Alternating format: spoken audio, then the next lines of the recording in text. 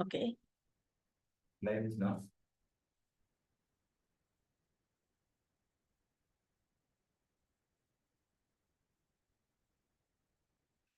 Okay. So good morning, all. Welcome you all to the two-day webinar on research methodology and case analysis.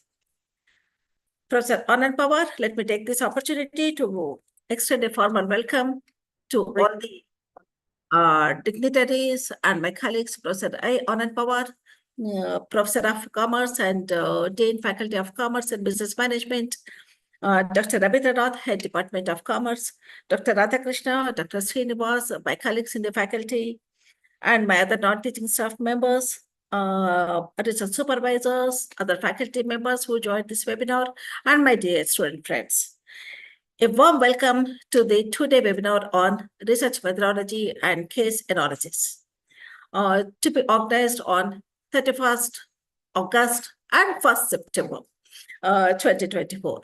Before actually we proceed further, let me take this opportunity to thank all the authorities of the university, our Vice Chancellor, our Director Academic, our Registrar, and other officials of the university for encouraging us and also for permitting us in organizing this 2 days webinar. Faculty of Commerce and Business Management has created a banner, Vanijya Vahini, under which we organized a series of 9 webinars in 2021 and 2022. And the 10th webinar, again on the same topic, that is on project management, project research methodology, and case analysis, was organized in 2023. That was the 10th webinar organized under the series, and today's is the 11th one. Why actually we are organizing a series of webinars on research methodology and case analysis? Because research methodology is must for all the students, because all the students doing different programs from the Department of Business Management of Dr. B.R. Ambedkar Open University, maybe MBA, MBA Healthcare Management, or diploma programs, or certificate in CNGO management program. Compulsorily, they should submit a project report. They should select a topic and submit a project report. And whereas case analysis is part and parcel of the assessment procedure of MBA and diploma students, it has a weightage of 20 marks. Whereas the weightage given for project work, that varies as per the program. For MBA diploma programs and CNGO management program, it has a weightage of 100 marks. And whereas in case of MBA healthcare management program, it is for 6 credits, that is for 120 marks. And even for this webinar, we invited students doing MCOM program from our university, because from next year onwards, even for MCOM also, we are going to add project work as one of the component or included in the curriculum of the program. So in this backdrop, because if it is conventional system, normally regular classes will be organized both on the research methodology, that is how to select a topic, how to go about the preparation of a project report, what's the methodology one should follow, all these things, and also on case analysis. But whereas in case of Dr. B.R. Ambedkar University, in our case, it is difficult to organize separate classes for the students doing programs, different programs from us.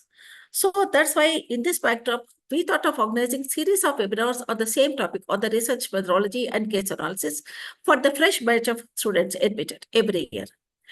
And MBA students, MBA healthcare management students, they do the program that they have to submit the project report in second year, that is in 4th semester of their course curriculum. Whereas diploma and certificate management students, they submit the project report in the diploma students in second semester, and CNGO, because it's only was a term program, and by the end of the term, they have to submit the project work.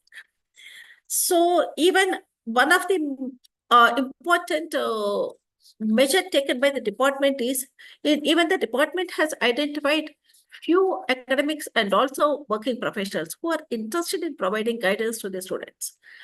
So even we provided that list of identified list of project guides in different groups. We shared the list in different groups.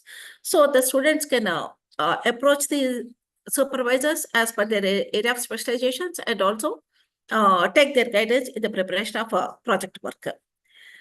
The main intention or the rationale behind organizing this webinar is to improve the quality of the project report submitted by the students. So that's why various sessions we planned, various sessions today, that this day long, the day one, that is 31st, we devoted to discuss on research methodology. That is what is why the project report is important for students and how to prepare a synopsis, how to collect data, how to analyze the data, and how to prepare the project work. And tomorrow, that is day two, we devoted the entire day to discuss on case analysis. You know that we are offering MBA program in 4 different specializations, that is finance, marketing, human resource, and operations. And we are also offering 4 different diploma programs, that is diploma in financial management, diploma in marketing management, diploma in human resource management, and also a diploma in operations management. So that's why we are organizing tomorrow 4 different sessions on each different these areas. But we request all the students to join all the sessions because you may opt for finance specialization or you may opt for a marketing specialization or HR specialization. But if you participate in all these sessions on which we are organizing case analysis workshop tomorrow, it will be helpful to you because if you gain knowledge, that will be definitely useful for you in your career. So with this very brief introduction, few words of introduction, now I request Professor Pawar to throw some more light on this webinar. That is, what are the webinar objectives and why actually we are organizing this webinar, two-day webinar. And then we'll start the session from 11 o'clock onwards. Professor Pawar. Yeah.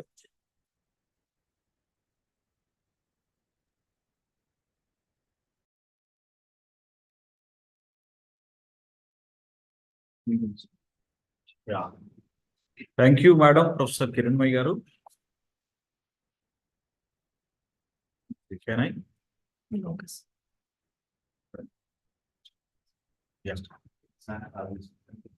Yeah. On behalf of B.R. Ambedkar Open University, Faculty of Commerce and Business Management, and my own behalf, I welcome you all for this two-day webinar on research methodology and case analysis. And friends, you are all aware that B.R. Ambedkar Open University, through this Department of Business Management, we have been offering several academic programs, right from BCom, MCom, MBA, Hospital Healthcare Management, CNGO at certificate level. And there are 4 PG diploma programs as stated by Professor Y.S. Kiranmai. And also we have research programs in both the departments of commerce and business management as well.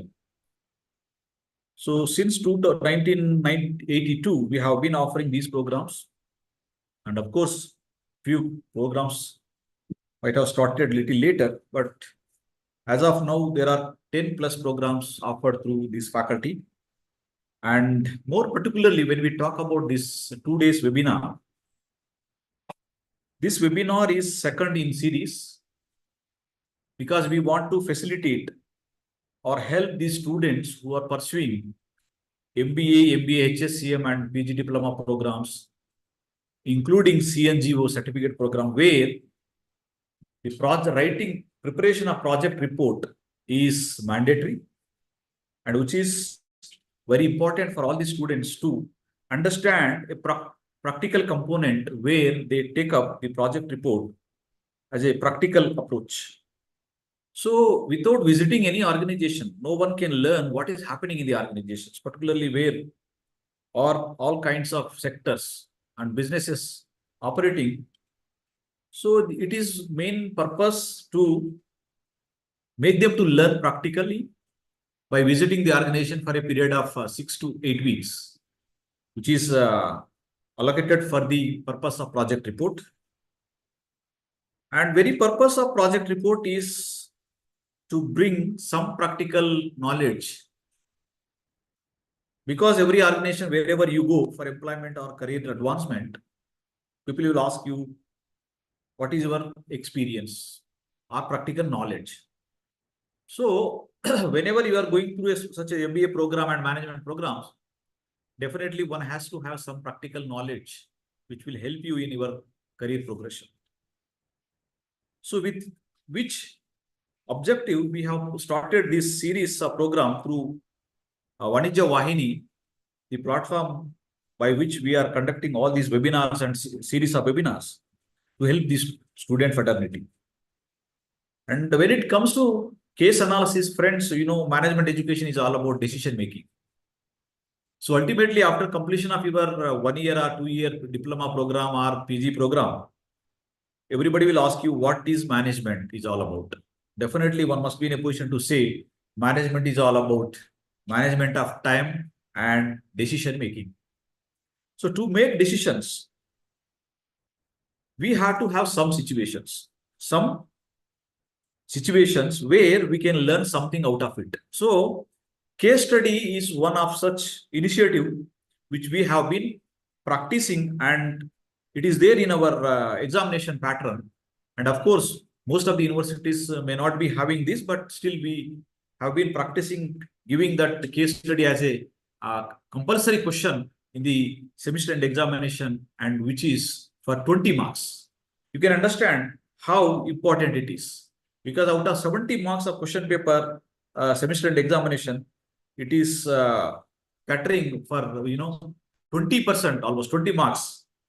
It is not a small issue, right? Therefore, we want to make you to understand what is case analysis, how to read it, how to understand the case, and how to analyze the case, and then how to report or how to write the problems given at the end of the case study. So to make you familiarize with these two, research methodology means how to write synopsis, how to write project report, and how to analyze what are the statistical tools you have to use, and so on and so forth. We have made an attempt to give you 2 days orientation about these two aspects. Today we are going to deal with only research methodology, and tomorrow we'll be talking much on case analysis, where the experts will analyze the cases, and then they will also involve you how to deal with case analysis. So friends, we all of us know the webinar is, we have been offering several programs and webinars for the benefit of the students. More particularly, what are the objectives of this webinar for 2 days? See, the main objective of the webinar there are few objectives. One is to enable the participants, that is students, to define a research problem, prepare suitable research design, define research objectives, formulate and test hypothesis, identify the appropriate tools and techniques for data analysis is one objective. And then to enable the participants, that is students, to understand how to write a report writing and presenting report, preparing report proposal, or what you call synopsis. See, before going into the details of project report preparation, one has to get approval of the synopsis from the department. Without approval of the synopsis, you cannot go ahead with your project report preparation. So what are the guidelines to be followed while preparing proposal, that is synopsis? One must be very clear, and one must understand how to write a research proposal in about 4 to 5 pages or 4 to 6 pages, and for which we have already provided detailed guidelines in about 14 pages, wherein we have also given a tentative list of titles where you can take the idea and then proceed further to conduct your, prepare your project proposal and then report writing. So friends, as per the guidelines, and I must guide all of you, I must advise you all that we have prepared guidelines and submit before 2 months for the benefit of the students, but most of the students are not going through it. So this is what I want to remind you. You should go through the 14 pages of proposal, guidelines. Definitely you will not get any doubts. And therefore, you need not to worry about last minute hurry in your what you call while preparing your synopsis, because by that time that the guidelines given to you may go anywhere. We have been sharing, but still students calling us and asking, sir, what is the last date, how to proceed and all that. So what I want to tell you all of you is you should read the project guidelines carefully, wherein everything is there. You will not get any doubt if you really go through the project guidelines. Then you have to consult one guide, because one guide must be either a MCOM or MBA or teaching in any degree or PG colleges, including universities, can guide you. And beyond this teaching faculty, if you have any colleagues or your boss or any friends who are working in non-teaching professionals, means corporate companies or businesses and banks, wherever it is, if they are already MBA holders, you can also take them as guide to supervise your guide, what you call project work, provided they have to submit their biodata and degree certificate, that is MBA certificate, to make them qualify. So this is the guidelines about the project proposal, synopsis, and thereby you can equip yourself to how to prepare synopsis and then project report. And last but not the least, another objective of this webinar is to enable the students to get an overview of business case method. As I told you earlier, case study is very, very important, without which you cannot clear your paper, because it is for 20 marks. If you don't attempt, definitely you are not going to secure good marks, and therefore it will become a backlog. So keeping in this view, we are trying to give you the inputs, how to write case analysis, how to analyze the case, and how to write your case study analysis. In your every paper, there is case analysis, right? So in this context, to make you understand a clear-cut approach to take decisions, we are trying to give you. These are the webinar objectives. And after 2 days of this webinar, we are expecting two outcomes. One must be, you must be in a position to write research proposal and also final report in a systematic manner. And two, you must be in a position to analyze the case, business cases, in an appropriate manner and identify appropriate solutions to the given case.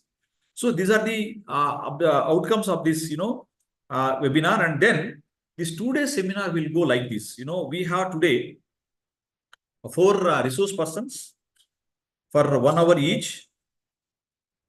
And after this, about the program, we have session 1 speaker, resource person for the session 1, which starts at 11 o'clock after few minutes. We have, why project reports are important for management students.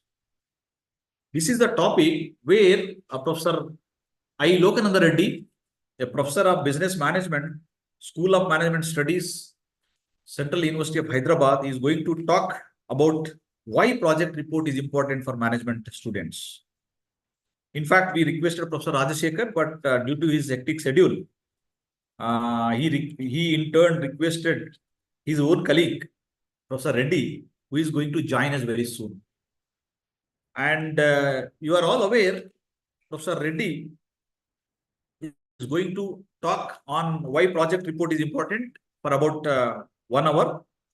And then Professor Y.S. Kiranmai, my colleague in the Department of Business Management, will talk about again in detail about the guidelines, how to write project synopsis and also project report. And there will be a lunch break for 1 to 1:30. And again, program will start at 1:30 p.m. to 2:30 p.m. What are the statistical tools are suitable for writing project reports and navigating data analysis in your project reports will be talked by Professor Patrick from the Department of Commerce, Usmania University, Hyderabad, for about 1 hour. And then session 4 of the day, project report writing. Again, I'll be talking about it. Professor Anand Pawar, Dean, Faculty of Commerce and Business Management. And then we'll have, last session today, interaction with the participants so that you can, again, if you have any queries or doubts with regard to any issue pertaining to writing a research proposal as well as project report, and all the resource persons, as I mentioned just now, will address your doubts and help you to how to acquaint with the writing for the research proposal as well as project report, which is very, very important for the students. But one disappointing issue is for us, the students, there are 600 to 700 students altogether. But if you look at the participation of students is very low, very nominal. See, it is a 10%, which is very unfortunate because we are all making efforts to reach you and make you familiar with what you are missing and how to bring quality in your research as well as case study analysis. So with these few remarks of mine, I would like to request the participants. You have to give your attention for at least 2 days, which is again your student friendly approach, because it is webinar, not seminar to attend physically to the in the department. But wherever you are, but you try to understand the why this program is being organized and participate in this 2 days program and enrich yourself so that the purpose of your MBA degree will serve. Most of the students, they feel that MBA is as good as other PG program. No, it is a program where not only content but also activities takes place. And case is one activity, webinar, seminar, research project, or what you call project report is also activities. And when we were in MBA program, we had so many business quizzes. I know so many activities every month used to take place, and they made us, to groom real managers, but nowadays no student has time. Therefore, they are not participating. At least we made your, convenient this program for 2 days. I only request all of you to make use of this. So with this few opinion of mine, I would like to hand it over to Madam Kiranmai to introduce the next resource person who is going to talk on why project report is important for management students. Over to Professor Y.S. Kiranmai. Thank you. Yeah, thank you, Professor Pawar, for again highlighting the importance of project report and also case analysis. As mentioned by Professor Pawar, project report, if the candidate really takes a good topic and do the project work on your own, that would really help you to strengthen your biodata. Because if you take your project report for any interviews or something like that, definitely they will be impressed. The employer will be impressed with the project work done by you. And the case analysis, of course, again, as told by Pawar, that will definitely help to improve your analytical skills, your rational skills, and also decision-making skills. So that's why even in the beginning of the session, I requested all the participants to join different sessions on case analysis, irrespective of your specialization.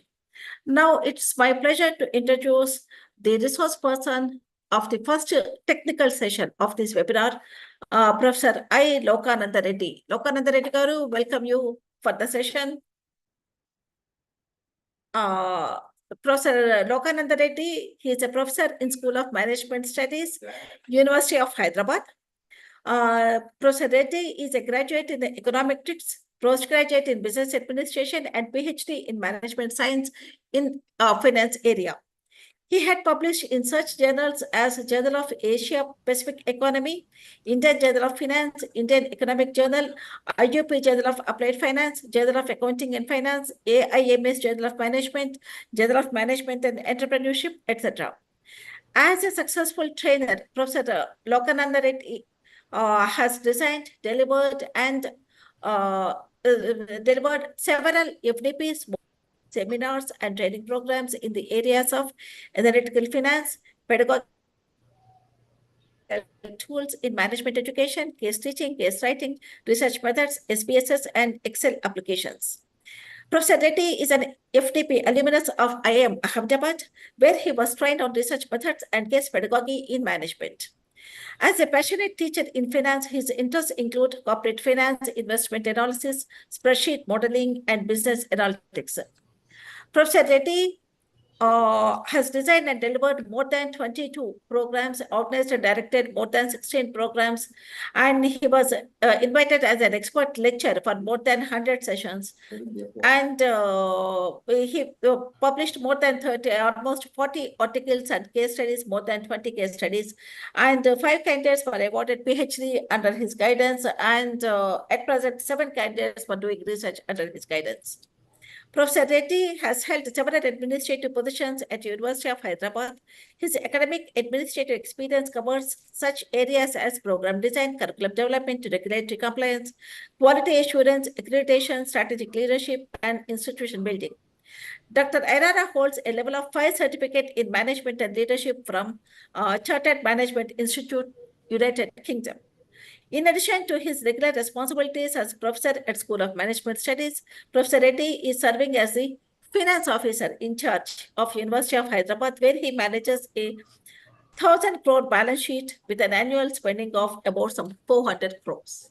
So with this few words of welcome, now I request Professor Lokananda Reddy to start his presentation. Professor Reddy. Thank you, madam. You are so generous. It's not few words. No, sir. You spoke so many words. Thank you. Thank you so much. Nice meeting you and Anand Pawarji. Sir, your CV spreads almost 19 pages. We just concise you. Thank you. Thank you, madam. Yeah. Thank you. Thank you. Thank you, madam. Thank you, Anandji. I'll start over. Thank you. Thank you most. Please welcome. Please come. Sir, you are muted, Anand sir. Okay. Yes, please. Yeah, good morning, participants. It's my pleasure today to be with you all. And this is a very interesting audience that you are, where we are only connected remotely. And then we are trying to make you do something very, very interesting. That is the project work and case study analysis and things like that. So let me start sharing my screen.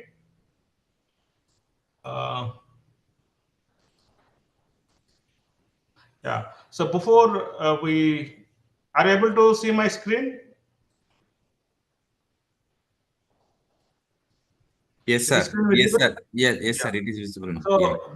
before we get into this topic, why projects for MBA students, I want to just take a small survey of your profile, the background that you come from. So I'll just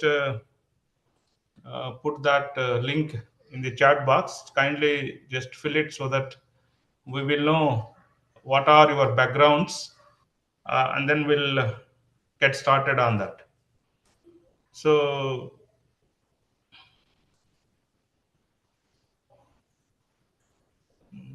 yeah, so I pasted the link in the chat box. Just as a small survey that I want to know what's your graduation background and what's your industry background. I understand all of you are working, or most of you are working. Doesn't matter if you are not working, but all of you have graduation. So just take a couple of minutes, fill it, so that we will orient this session based on what backgrounds you come from, and maybe slightly we will customize it as we get along. So those who already filled the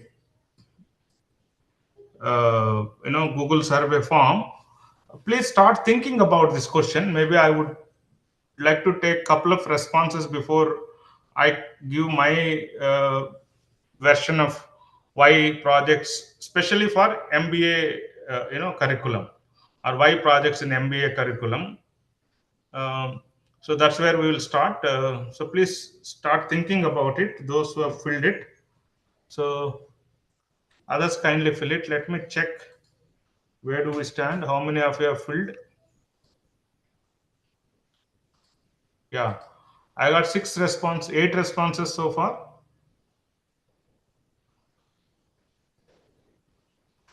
So it's very interesting to see the backgrounds. It's all spread out. The 1/4 is engineering.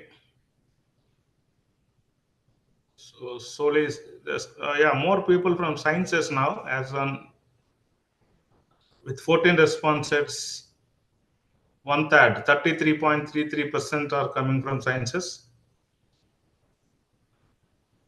30% are from management. Okay. Right.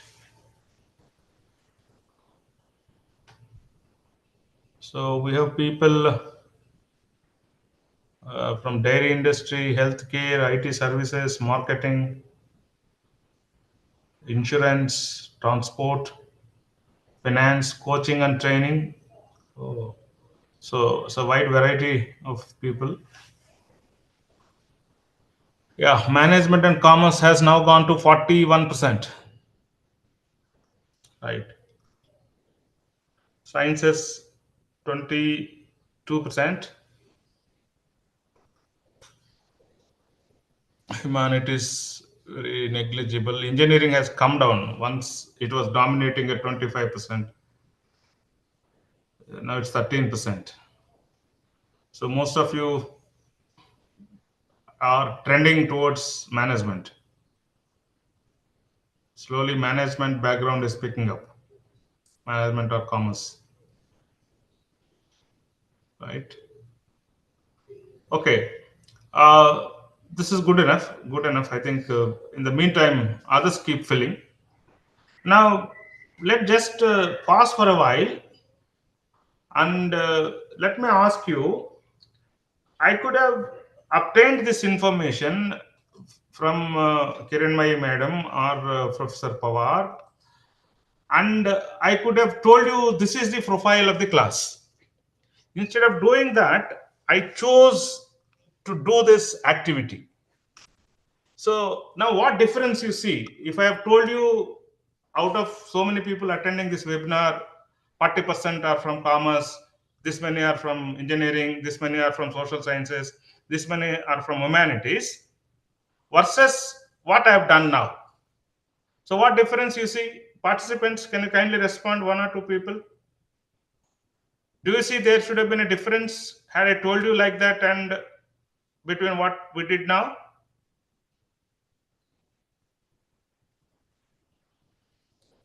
So I'm yet to get a response. So the average class is typically, right? Nobody wants to speak. So I think Kiranmai madam has more experience. So she termed this as a webinar.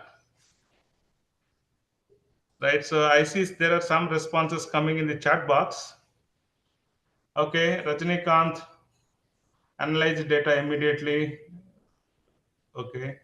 Now, what is the difference in actually telling you the statistics versus making you experience the statistics, making you being part of this whole, okay, current and accurate data? Very good. Next. Right. So I will tell you the answer. Data is more visually appealing. Very good. That's all byproducts of this because of the tool that we have used to make better in the industry. Very good. Yeah. Yeah. What and all you are saying is good, but the point that I actually look at is the involvement of the participants in the process, making it more of a dialogue, making it more of an interaction, making it an activity based rather than simply making it a one way monologue giving you information. While information sharing is one objective of this, the other objective is to get you involved, get you engaged, get you into the action of what we are doing. To just extend this discussion forward, let me ask you a question. How many of you know how to swim? How many of you know how to swim? Just simply Ping in the chat box. Yes, no. How many of you know how to swim? It's a very simple question here. It's not very, very complicated. You know, you don't know, you don't know. Okay. 3 people said yes. Out of 60, after 74 people, 3 people say they know how to swim. Okay. Yes, yes. Yeah. Right. So I have few responses. Nice, nice. Now I see many people responding. Very good. Slowly the ice is broken. Yeah. Yeah. There are quite number of people who don't know how to swim. Now, I really wonder why you don't know how to swim. Swimming is a very simple 5-step process. Step 1, you find a pool or a tank near your location, jump into it. All of you understand step 1? Find a pool, swimming pool or a tank and jump into it. Step 1. Step 2, if I don't know whether you're able to see me on the screen, press water like this, you will float. Right? This step 2. Very easy to remember. Step 3, if you take water like this beneath your stomach, you will float horizontally. Step 4, if you just push water like this, you will move forward. Step 5, you push water like this, you will move backward. So swimming is a very simple 5-step process. Now I believe everybody knows how to swim. I think all of you are able to repeat the process of swimming. Right? I can give you a slide where the 5 steps can be seen. You can repeat, you can remember. Now I declare the whole class knows how to swim. All 75 people know how to swim. Can I declare that way? All 75 people know how to swim. So all those who said they don't know swimming are now ready to jump into the pool. Are you ready? Those who said they don't know how to swim will be ready to jump into the pool. So you are saying no, no. Why no? Because everybody knows how to swim. In 5 minutes, I made all of you understand, learn how to swim. So here is the difference. So what I have done now is knowledge transfer. So the knowledge of how to swim can be transferred very easily. But what I could not do is the skill transfer. The skill of swimming is different from the knowledge of swimming. Exactly, that is the point where we get into management education. So the management education is called the finishing school. The finishing school is immediately after this, you get into industry, you get into jobs. So it is imperative that all of you be trained, not taught. All of you be trained, not taught. So if only God is going to give me a boon, I would ask every management school should be attached with an industry. Like every medical college is attached with a hospital. Every law college will have some court where they practice. So all MBA schools should be attached to an industry. That would be a very ideal situation, but that doesn't happen. So when that doesn't happen, we have devised methods of bringing industry to the classroom. One such method where we connect with the industry and academia is the project work. So the project work is essentially a means of connecting the practice and preaching. So in the business schools, we preach, in industry, they practice. So how do I bring both these items onto the same platter? How do we connect these two items is the project work. But of course, in your case, it is slightly different because most of you are working. Here also, we are trying to bridge a connect between what you actually practice in the industry with what is an academic investigation of a problem. So it's more or less an on-the-job training for you. So when you are doing a project, it is not a repetition of what you are already doing. See, some of you might ask me, sir, we are already in the industry, we are exposed to the industry, day in and day out, we are working with the problems in the industry, day in and day out, we are taking decisions, solving issues, resolving many conflicts. Then why do we do the project work? Because we come from the industry. No. Though you have been doing it, there is a scientific way of doing it. So this is where the project work will help you relook at the routine problems that you already manage in your workspace from a differently complete perspective. You would gain such tools which you are not using hitherto, and you would start reaping the benefits of those tools, very powerful tools. They may look very simple, but the project work enables you relook at your own routine problems that you would have handled in the industry from the academic lens. This way, the project work will help you build certain skills that look on face of it quite academic, but they're very scientific. Now, to take this discussion forward, let me share some insights into why you need to do the projects. You see, there are two popular learning methods. What is called as an inductive learning method, where you have examples in the first, and then you build a theory and model.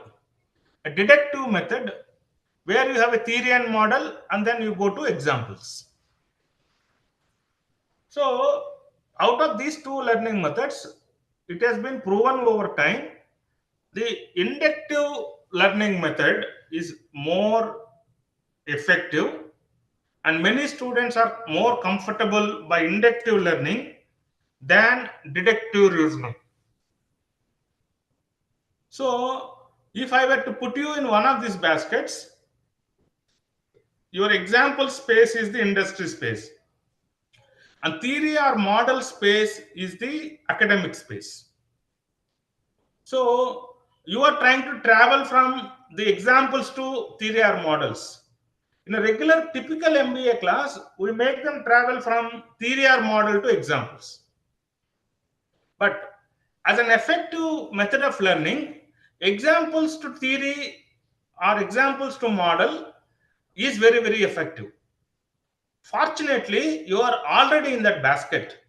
That means you had seen enough of examples from your daily work routine, and you are now going to put them into academic molds.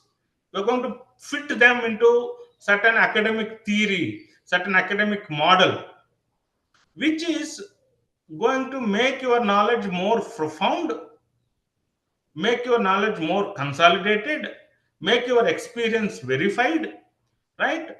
Make your actions endorsed. So this will help you connect between what you are doing and what actually was told to be done, right? Now, in the typical business school, it happens reverse. We'll first tell them what to do, they'll go to the industry and try to do that. Now it's happening reverse for you. You are already doing something. Now you will come back and verify whether what you have been doing is fitting a particular way it was told to be done. It is told. That's the reason why when you come to the collegiate education, when you come to a professional degree, it's not that the teacher will take so much care of your daily routine and holds your hand and do the hand holding. We say this in our traditional Indian system, Markata Marjala Nyayam. The difference between upbringing of children by a cat versus a monkey. You see, the cat, when it is in the school, it takes so much good care of its kitten. And it is told that it will change several places, to be precise, 7 places, to protect its kitten from the prey, becoming prey to the other, animals, hunters. But whereas in college education, it's more of training. In school education, if it is responsibility of the teaching, in college education, it is the ownership of learning. So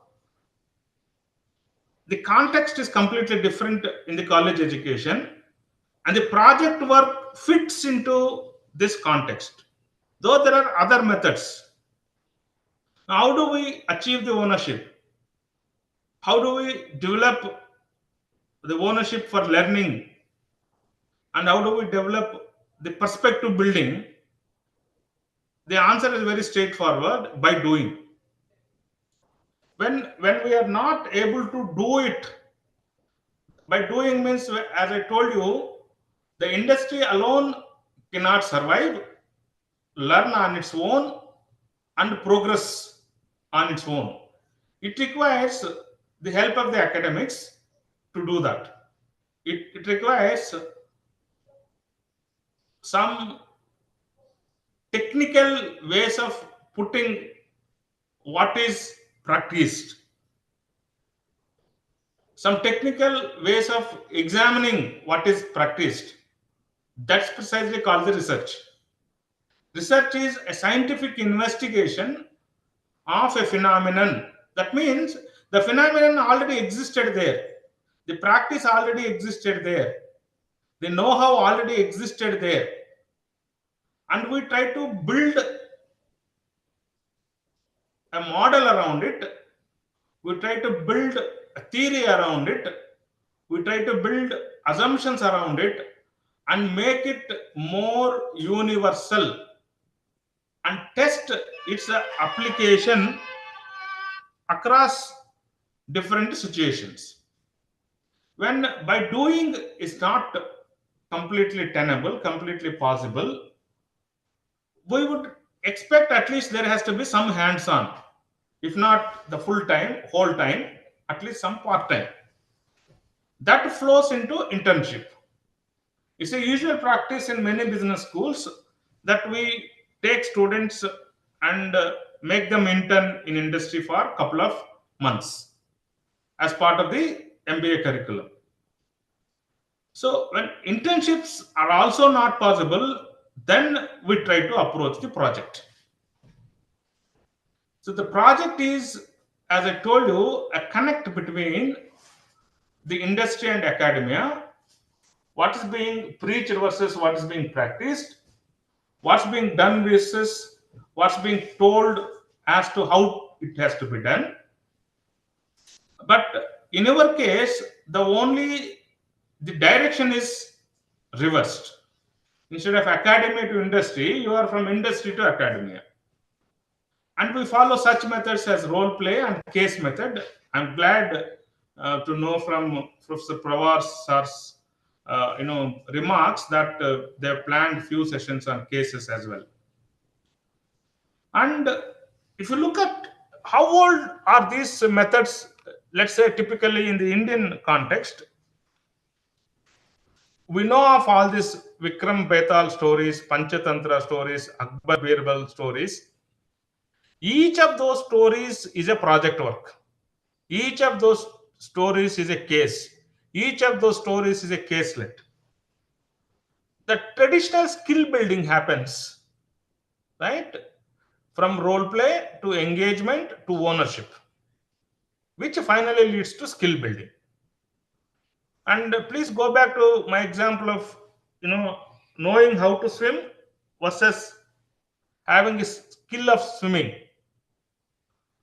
So the process of knowing how to swim is only knowledge, and actually having the ability to swim is the skill. So we are in a skill building atmosphere, we are in a skill building ecosystem, and management education is an application oriented education, and hence this is important. What happens? Students are engaged, we develop the ownership. When you are going to take the ownership, you become energized and you become more productive when you are challenged by the class discussions. When you're doing a project, you get a sense of excitement that you assume the role of the problem solver, the protagonist, or you assume the role of a manager. And the skill building, analytical skills, thinking and reasoning skills will improve by engaging oneself in a project work. Then the learning happens beyond the classroom. The learning happens across the courses, and all that is a byproduct of doing the project work. These are the traditional ways how the knowledge has been transferred in the Indian tradition, the dialogue. So when you're doing a project, you are actually in a dialogue with the problem. Day in and day out, you are trying to define what is the problem, how to resolve it, and how to go ahead and come out in clean with a solution. Right? So I'm sure you are going to have some sessions on the research process, etc. But I'll touch upon them for a small while. And before I proceed, I want to take, if you have few questions, maybe you can speak or type it in the chat box based on what has been covered so far as to what is the importance of the project work for MBA students. So any questions? You can choose to type it in the chat box, or you can just speak and you can ask me.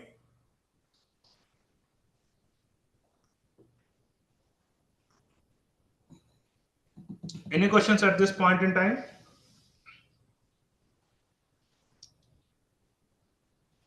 No questions? Okay. Then I'll take you through.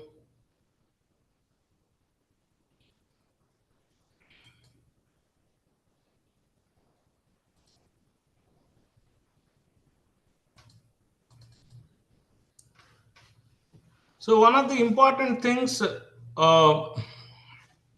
is how to choose the topic in a project work. So is the point clear as to why project work? Is that point clear to all of you? No queries? Rafia is responding with no queries. Okay. Now, basically, the problem in doing the project work, especially for an audience like you, where you are largely a working group, I see two situations. What is the impact of project work in semester 4?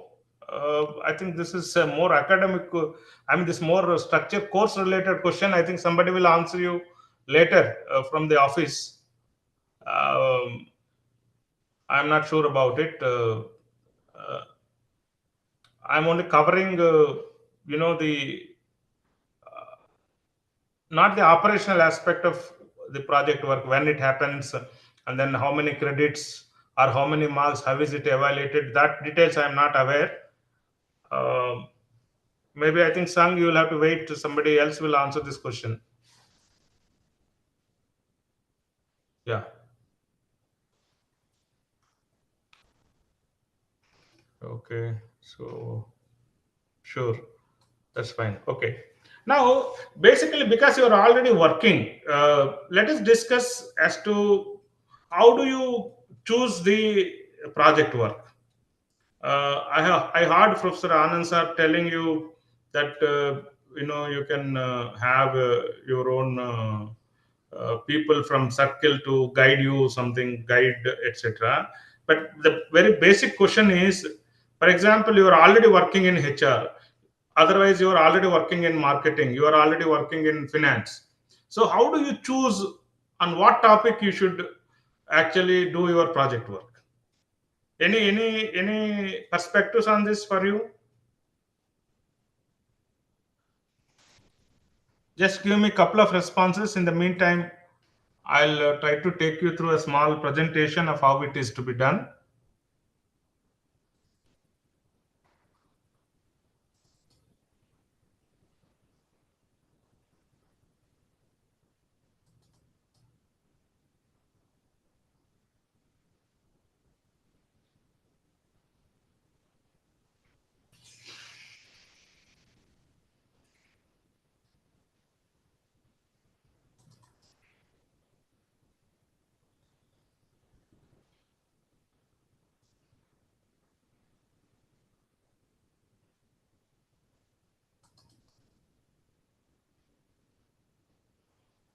Okay. So these are the steps that you will be going through um in your project work, which starts with choosing a project. Then you'll have to do some literature review. Then you will be facing some issues of measurement in how you do it. And then, of course, there is a debate on the research process being a top down approach versus a circular approach, right? So, but then to begin with, let me check if I had some responses in the chat box.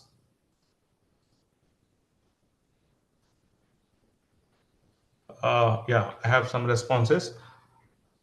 Is it required to submit a company acceptance certificate? You are again asking those uh, operational questions.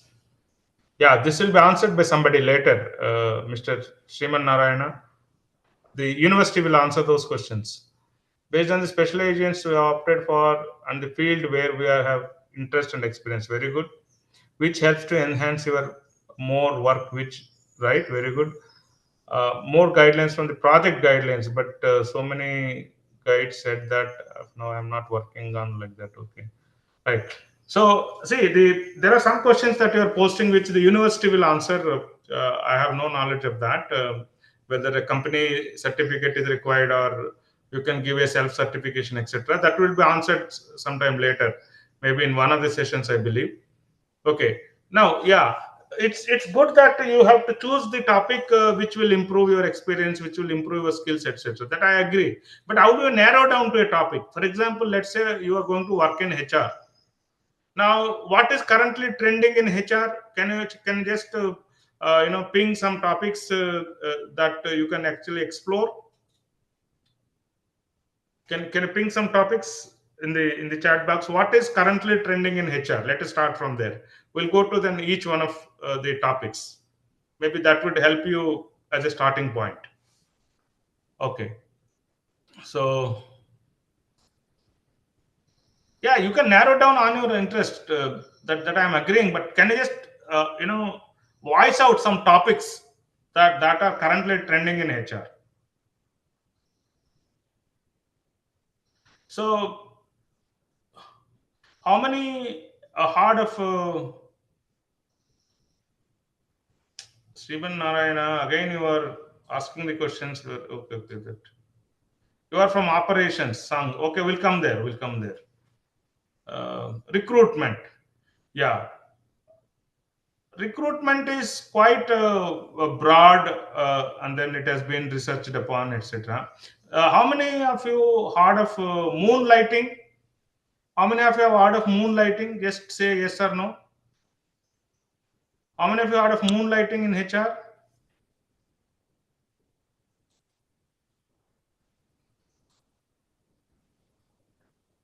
High attrition rate. Yeah, very good. That's one topic today, Rafia. Good.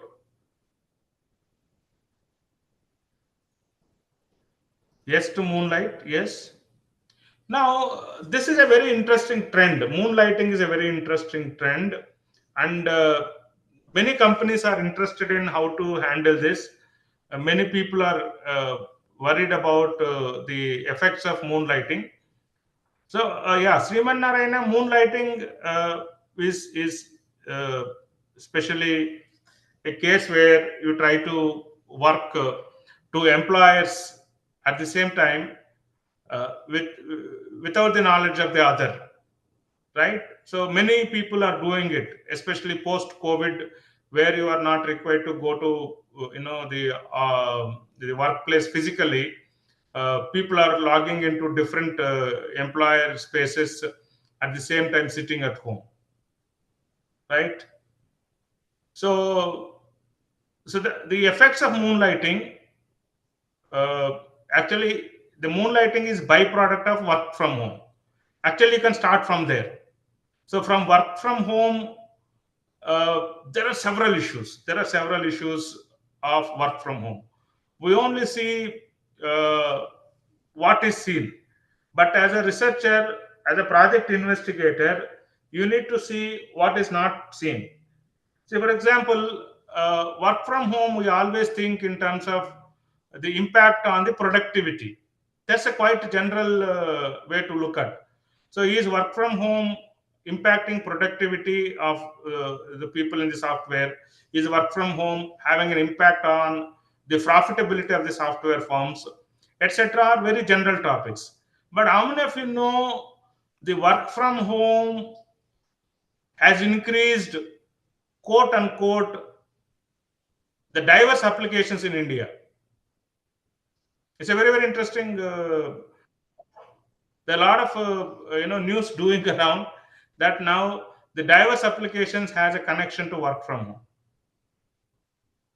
Are you following what I'm saying, please? A very, very completely different way of looking at the topic. Yes, the work from home has so many effects on the personal space, personal well-being space, the relationship space, other than what it is directly linked to, that is the productivity and the profitability. So you can actually think of some path breaking topics like this. Okay, so similarly, what are the trending topics in finance? Rafia, very, very, very good. I agree. I agree. The work from home helps you maintain work-life balance. I'm exactly talking of. Uh, yeah, I agree. I agree with you. But I'm exactly talking of a completely opposite side of it. Is see, we are not taking sides here. We are not taking sides here, Rafia. I'm not saying work from home is good or bad. As a researcher, we are not taking sides.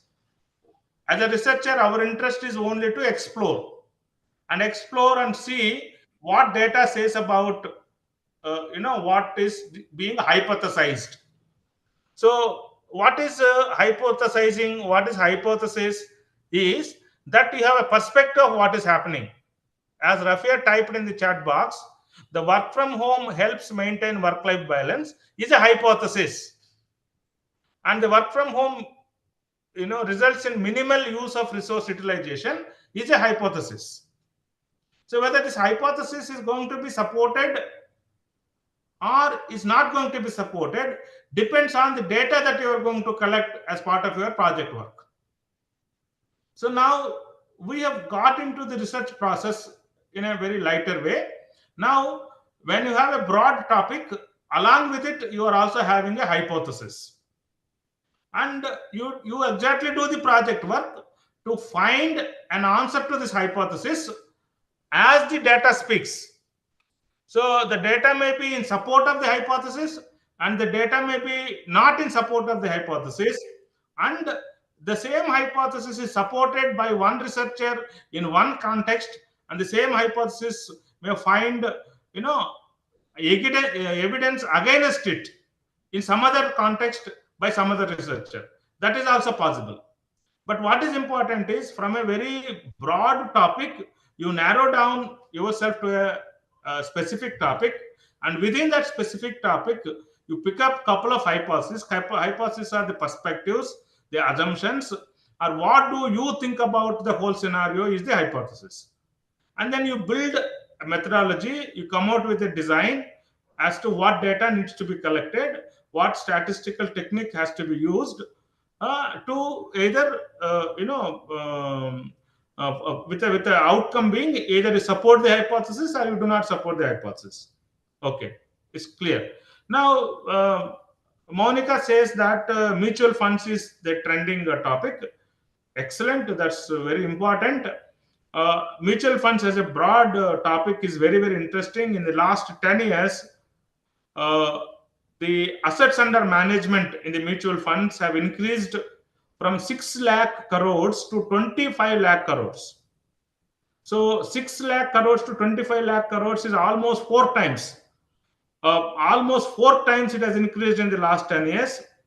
And all of you are aware that there is a lot of campaign by the celebrity endorsements, mutual fund Sahi Hai campaign by Association of Mutual Funds of India, and the mutual funds opens up a very big space for all of you to take a project. And apart from mutual funds, what is currently trending in finance is fintech. So the digital wallets, digital literacy, digital financial literacy. So then payment banks, right? These are some of the very interesting topics that you should work on finance.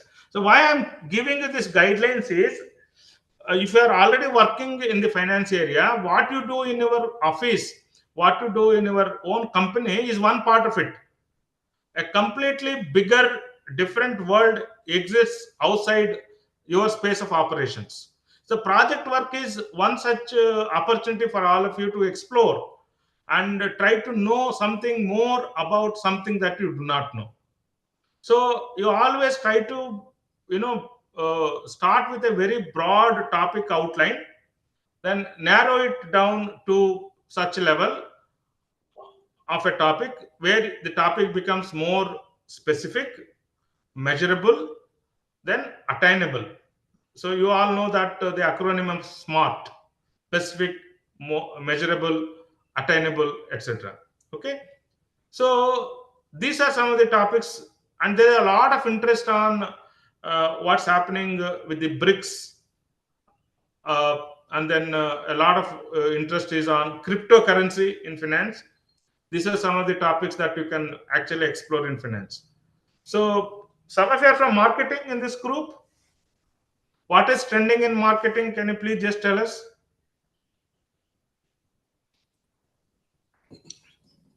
The consumer behavior is undergoing a sea change in marketing. Then social media marketing. Yeah, Jara is come out with something for HR. Okay, yeah. So the social media marketing today, in the social media space, you have very huge, marketing topics. And today, people are using social media data to actually sell.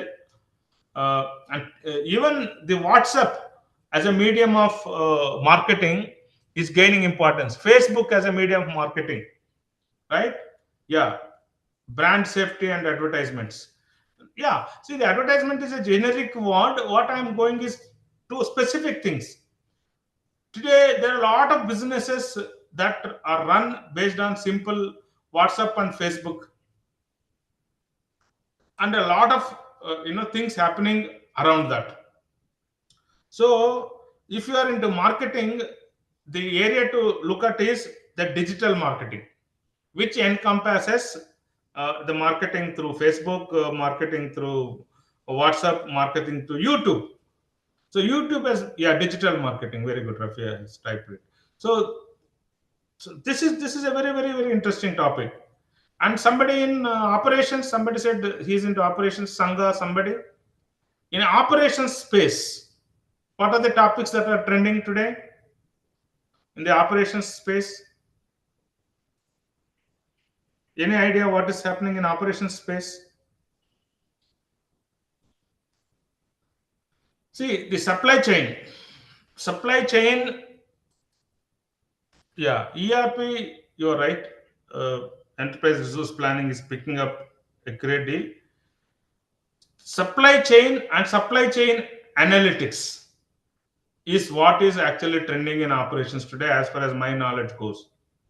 And within supply chain today, you also have something linking to your sustainable development goals, responsible production and responsible consumption.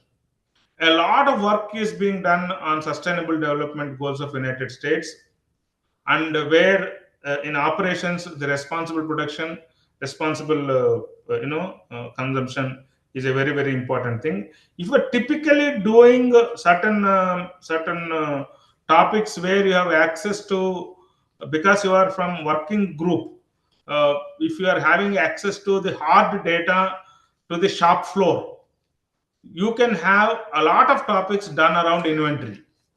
Inventory is one such hard area and core area in operations, but this cannot be done as a simple secondary data based research. You need to have access to the shop floor. If some of you are really working in a manufacturing concern, where you go to the shop floor, where you go to the factory, where you go to the manufacturing unit on a daily basis, you can actually design a lot of management projects, MBA projects around the topic inventory. So right from inventory valuation, right from what to call the inventory maintenance, then optimal ways of deciding the order quantities, EOQs, vendor rating. Though these are old topics, they are still very attractive when they are done in the shop floor, not just as an onlooker or from outside person. But if you really have access to this, then finally today, whether it is marketing, whether it's HR, whether it is finance, whether it is operations, one thing that is very common is analytics. Today we live in the data, in the era of big data. So we have a lot of volume of the data. Now we have data running into major a lot of megabytes and gigabytes.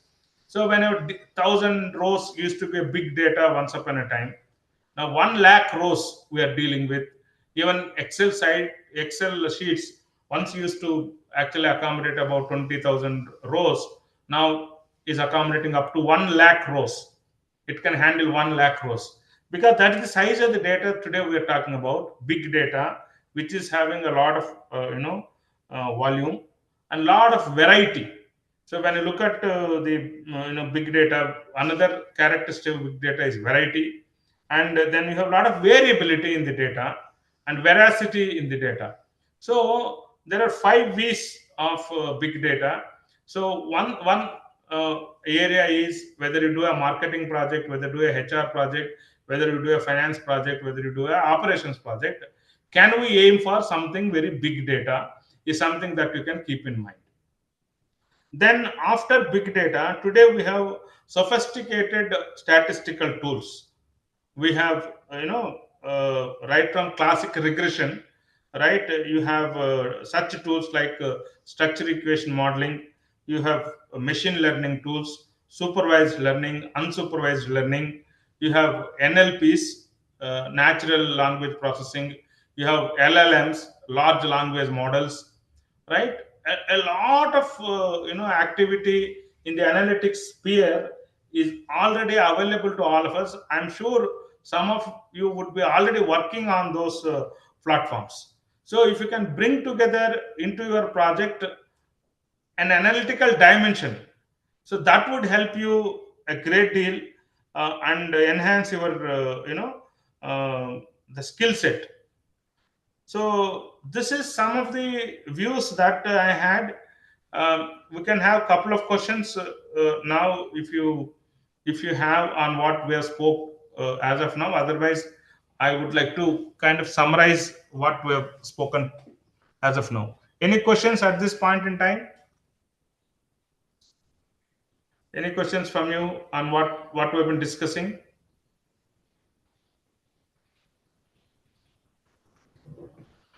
Okay, see, we will try to just summarize what we have discussed today. Uh, the issue was on why you should have a project work in our curriculum.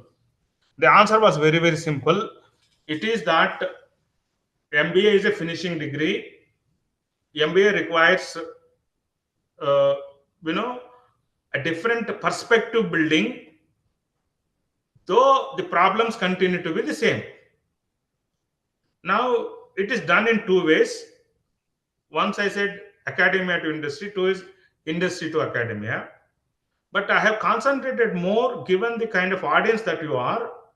Some of you might be having a feeling that you are already in the industry, you are already day in and day out handling problems. Then why should I do a project?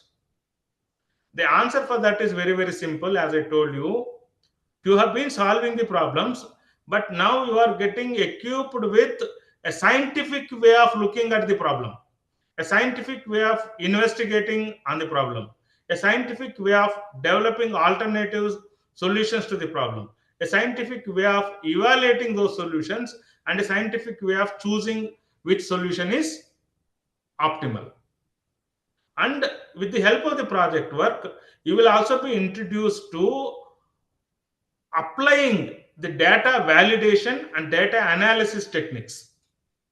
So you would have to apply a statistical tool before you conclude something. So mere observations cannot become conclusions. You may be observing, you might be having data, every time it is happening like that, or you might be having averages, you might be having standard deviations. But the averages and standard deviations will not automatically let you conclude. So you need to apply the data analysis techniques, statistical techniques. So this is where the knowledge gap will be bridged. Though you have been handling problems, the project work will help you, let you know how to handle those things more scientifically with the help of a scientific investigation process and with the help of a scientific data validation and data analysis process. So this is how this project work culminates into either verifying what are the ways in which you are doing or addressing your problems, or in line with the ways they are suggested by the academic research, or whether what you have been doing all these days in a particular way needs a little bit of support in terms of little bit of scientific inquiry, little bit of scientific data analysis. This way the project work will help you, and this is a big thing for any MBA student. So that's where I stop. I conclude. We still have a couple of minutes. If you have a couple of questions, I'll be happy to answer. Otherwise, you can take some 3 minutes break before you join Madam's session. Maybe Madam will take over. Any questions? Professor Reddy. Yes. Professor Reddy. Yes, sir. Yes, sir. Yeah, on behalf of the students, I have one question because frequently asked question from the students. Yes, sir.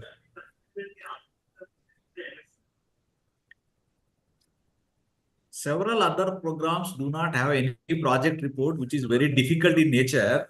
Why MBA students required? Yeah. Why don't you give up the project report task from MBA program?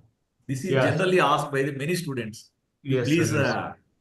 Yeah, sir. I think I have completely structured the discussion around that question only. Repeatedly, I told them, though you are coming from industry, though you have an impression every day you are doing the problem solving, why now you take one problem and investigate it? So I told you this will take them through the experience of the scientific ways of investigation. See, for example, they might be thinking of a problem, immediately one solution. But when you do a project work and submit a project report, in the process you will learn for any problem there are multiple solutions. So just don't stick on to one solution that comes to your mind quickly. Maybe you'll have to have a process where you give some time to generate solutions and evaluate solutions, and then choose the solution, choose the that is optimal. So this perspective building happens through your project work and project report. The second thing, you have averages and standard deviations. When you have averages and standard deviations, they themselves should not become conclusions. Once the data has an average, whether the average is significant or not is something that needs to be tested by a statistical technique. Again, project work will help you pick up that knowledge. If you do a project work, you would understand how to validate the data that you have statistically. These two are the major take homes for you to do a project.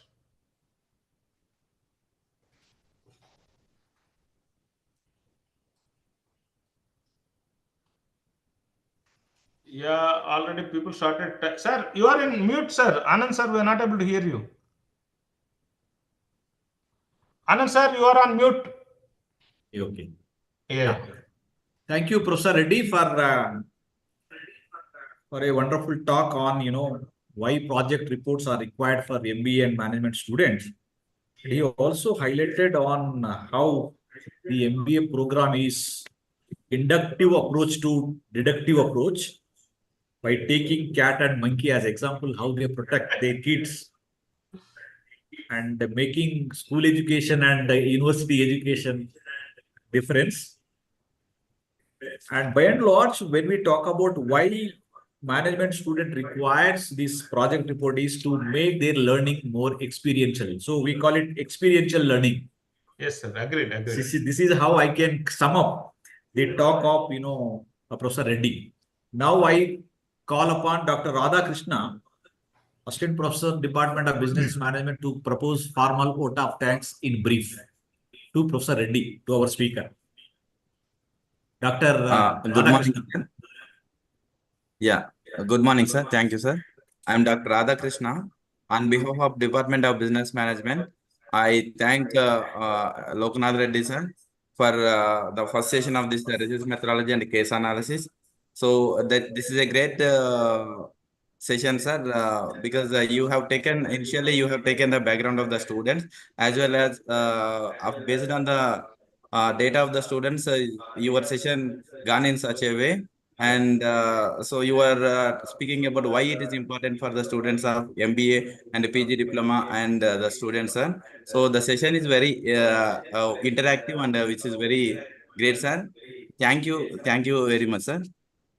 Thank you. Thank you, Radhakrishna ji. Thank you, Anand ji. Thank you very much, yeah. Kiranmai madam. Thanks for the opportunity. Yeah, thank you so much, Professor Reddy and Dr. Radhakrishna. Now I invite the next session speaker and my own colleague, Professor Y.S. Kiranmai. She is going to talk on project report guidelines. So, friends, we all of us know department has been doing a lot of work to help the students. We have project report guidelines. Madam will give you inputs on the how to read, what to follow from the guidelines, and how to take approval of synopsis and then project report. So to talk on this, I request Madam Professor Y.S. Kiranmai to start your session. Over to Professor Y.S. Kiranmai.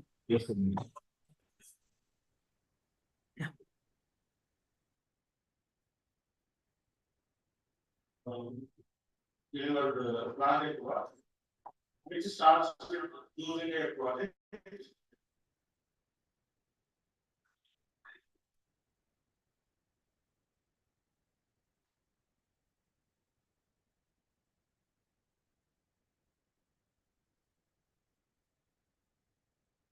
Okay. Yeah, thank you, Professor Pawar. Dear participants, am I audible? Are you able to hear me?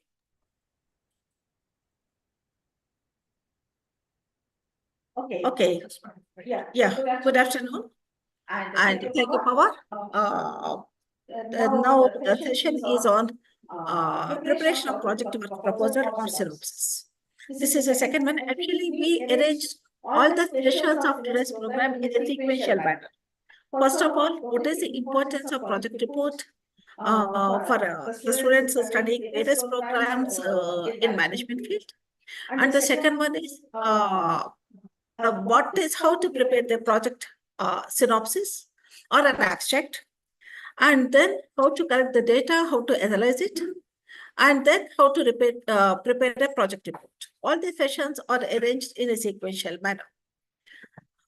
So as far as the programs offered by the Department of Management is concerned, the project work is a compulsory component in all the programs. Maybe it is MBA, MBA Healthcare Management, diploma programs, and certificate in NGO management program.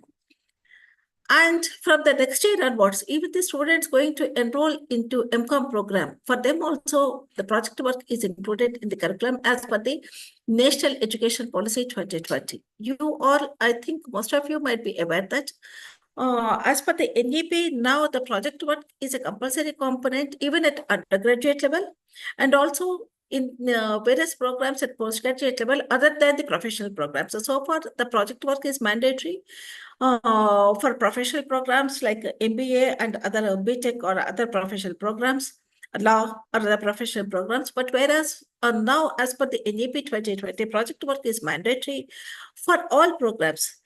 Just because to make it an experiential learning, you know that through NEP, the government has introduced so many changes in the field of education, and making project work mandatory is one of such changes. As you know, the Department of Business Management since the beginning prepare the project work guidelines. That is the guidelines how to prepare a project synopsis and submit it to the department. And the mandatory thing is, first of all, the candidate should take prior approval from the department before actually start working on the project work. We prepare separate guidelines for MBA program, MBA Healthcare, Diploma, and certificate level programs. But I just want to focus more seriously on this session because this year, when actually we scrutinizing the synopsis, I'm sorry to say that the rejection rate is very, very high. I really felt very bad because it is painful even for the students also, and also for the research guides, submitting the synopsis repeatedly again and again for approval. At this stage itself, you're wasting much of your time and you're submitting synopsis repeatedly for approval. It is a very painful process. So that's why I request all the participants to hear seriously what actually we are presenting in this session and pay more attention for the preparation of synopsis and submit it to the department for approval. Synopsis preparation is must because at this stage itself, you get clarity on your proposed topic. What's that you want to do, how you want to do, and why you want to do. What is a project proposal or what is a project synopsis? Synopsis is the gist of the planned project submitted for approval from competent authorities. It is a total outline of the entire research proposal. That is what you want to do, why you want to do it, and how you want to do it. This is actually what we call even the methodology of your project work. This will be prepared at the beginning of the research, that is before actually you start work on your, you delve into the research. It includes all major points of your proposed work. It helps you to get clarity on the work which you wanted to take up. These are clearly what that you want to do. To get clearance from the department to avoid problems in future, and obtaining the approval from the department is a prerequisite to start the work. I just want to throw some more light here because why actually prior approval from the department is required, because sometimes the candidates more number of one candidate, because you know that each candidate has to select a separate topic for research.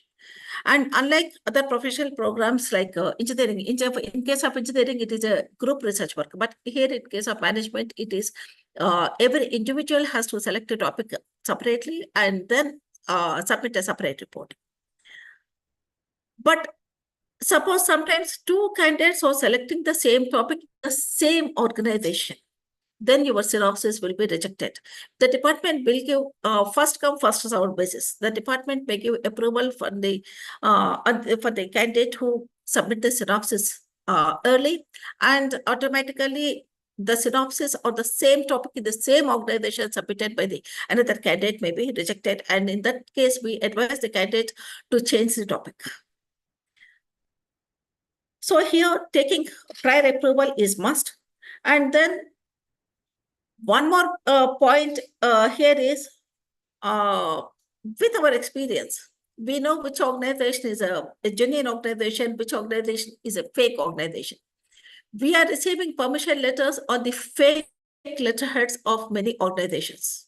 So then in that case, immediately we can identify, even we are calling on the numbers given on the letterheads of the organizations. In such a case also, your project proposal will be rejected.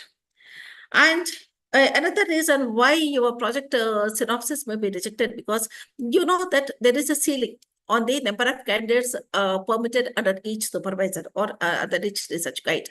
The number of candidates should not exceed 8. If the number of candidates working under the research guide exceeds 8, then we advise a candidate to change the guide. In that case also, your synopsis will be rejected.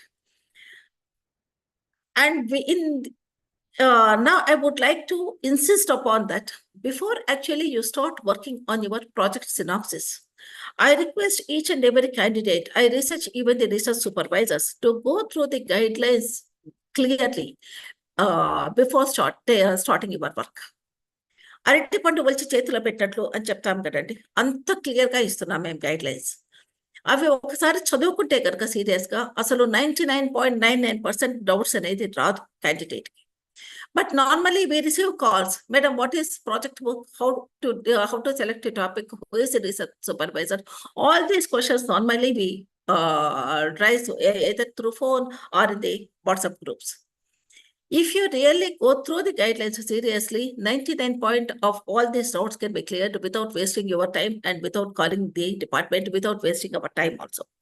So before starting the work, first of all, you should be clear on the topic.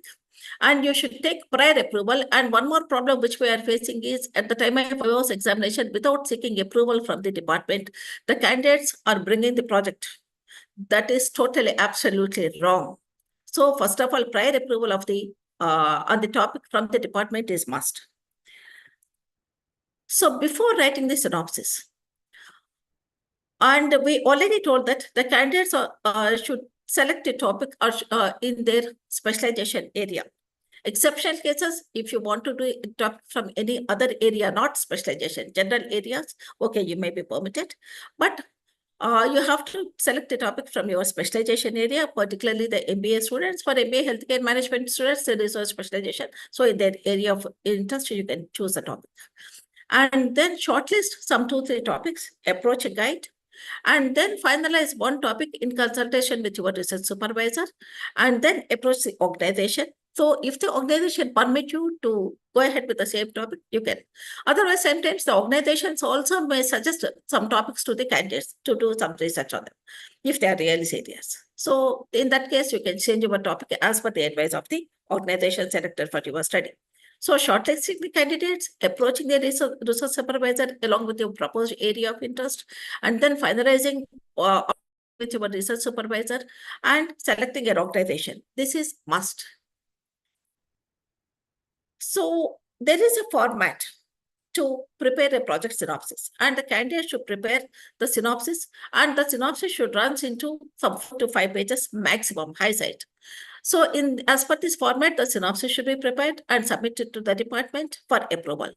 Here, you should cover introduction of study, what's the review of literature, all these aspects should be covered very briefly. Review of literature, need for the study, statement of the problem, objectives and hypothesis of study, scope and period of study, methodology and database, and plan of study or the chapterization. This is the outline. This is also mentioned very clearly in the project work guidelines. So before actually writing the introduction of the study, and as I told, selecting the right topic is the first one, and putting a right name for your project work. Barsal cheyaldaru, ko peru pettalma. So the title of the project actually is very important. The title of the project should be precise and clear. It should not be too lengthy or it should not be too short. It should be complete. And by seeing the title of the project, we should know that, okay, this is the focal point of the candidate for his research, and it should be mistake-free. As far as the title of the project is concerned, we would like to bring one particular point to the notice of the research supervisors and also to the notice of the candidates that most of the candidates are just writing the title in very ambiguous way. Performance appraisal, that's it, they leave. Financial performance of an organization, that's it, they leave. Just in time in so-and-so organization, that's it, they leave. But here, you may ask me, because madam, in the suggested list of topics, you said that, okay, recruitment and selection in a select organization, because we cannot list out all the organizations. That is only an indicative list of topics. While writing the title of the work, you should mention clearly, for example, recruitment and selection in Maruti Suzuki, a case study, or marketing strategies of Maruti Suzuki, an analysis. Like that, you should write the performance appraisal, employee performance appraisal in so-and-so organization, the name of the organization selected for this study. Financial performance analysis of so-and-so organization, name of the organization, clearly. So the title work should be very clearly mentioned along with the name of the organization selected for this study. And after that, you start writing your synopsis. Here, the first point is introduction of the study. A brief introduction, a very brief theoretical background about the topic selected by you for your study. And you should spell out the importance of research work in that particular field of study. And it should contain a brief introduction or lead to the next sections. Suppose, again, come back to the previous topic. That is, suppose you want to take recruitment and selection. So what is recruitment? What is selection? What is the importance of recruitment and selection? Very briefly, different methods of recruitment and selection and the procedure of recruitment and selection. Why actually you want to do research on recruitment and selection in so-and-so organization selected for your study? Is there any problem on recruitment and selection in the organization selected by you for this study? And that will lead to your next sections. And it provides background. Now coming to the next aspect, that is review of literature. Review of literature is the base to identify the research gap. So now you want to do some research on recruitment and selection. What are the other works already done on recruitment and selection in general? And suppose you want to do recruitment selection in Maruti Suzuki organization. Is any specific research works done on recruitment and selection in Maruti Suzuki? Now, again, why you want to do some research on this particular area? Because here you may, because sometimes, maybe about some 4 or 5 years back, the candidate might have done research on recruitment and selection in Maruti Suzuki. Now there may be some improvement or some changes in recruitment and selection policies in the same organization. So again, you may take up that particular study. So review of literature, it provides a background or context related to the problem under study. It briefly discusses similar works done by the researchers. What are the similar works done by researchers on the topic selected by you for your study? It identifies gaps in research, which is essential as it provides a strong justification for carrying out your proposal. It helps you to conceptualize your work and the review of literature, because this is a project work. In case of other research work like MPhil or a PhD, main focus is on review of literature. We even suggest candidates to categorize the review of literature international, national, and regional levels. But because it is a project work, it may not be so exhaustive, but use minimum number of articles necessary to identify the research gap. This is where the research gap. And collect the information from authenticated sources. And now this generation, you people you are very fortunate enough. You can just be through various search engines, you can find out the data. So what are the various articles or research works available on the given topic? But whereas In those days, when we did our research, we used to spend months of time in the library to refer various journals, articles, theses, and so many other things. So collect information, but you can sit before computer through internet, you can get the data, but see that it is an authenticated source. So correct the information from authenticated sources, and the information given in the review of literature should be supported by the references.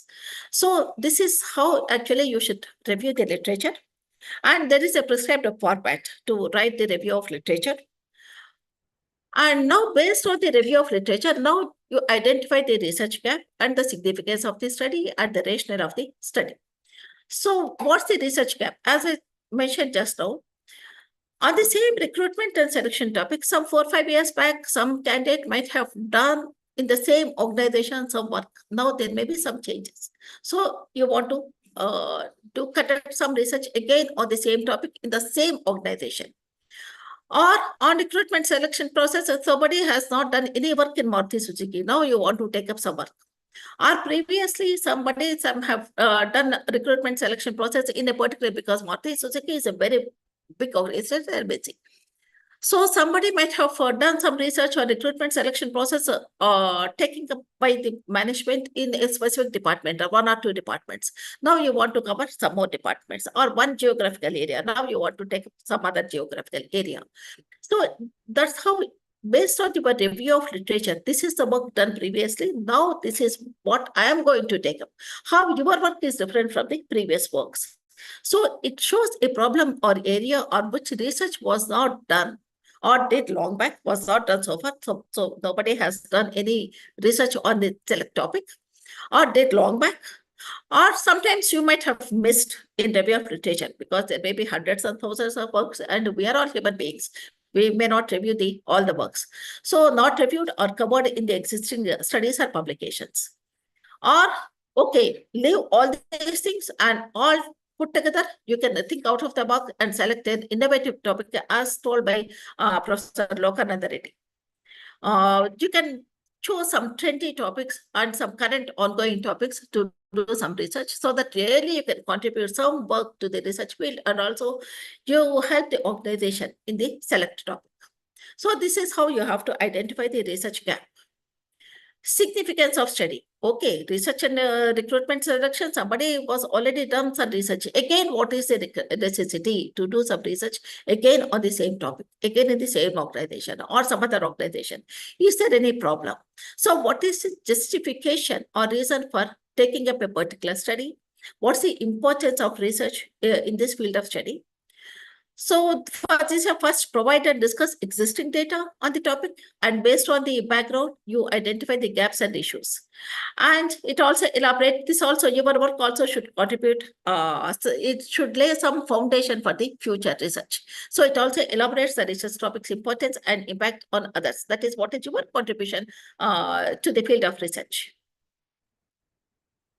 Now, statement of the problem. The problem statement is the formulation of specific research questions you choose to investigate, following logically from your rationale or the approach you are planning to use to do that. For example, again, take the same example. You want to do some research on recruitment and selection, sources or methods. So the research questions may be, do the HR personnel in the organization selected by for your study, do the HR personnel pay due attention to the recruitment and selection sources and methods and also process, or do they follow their own way of doing it? Is there any systematic process, or depends on their whims and fancies? They are undertaking recruitment and selection. What is the outcome of the traditional versus modern recruitment and selection methods? So suppose you want to, and this is actually only, it's a generic example.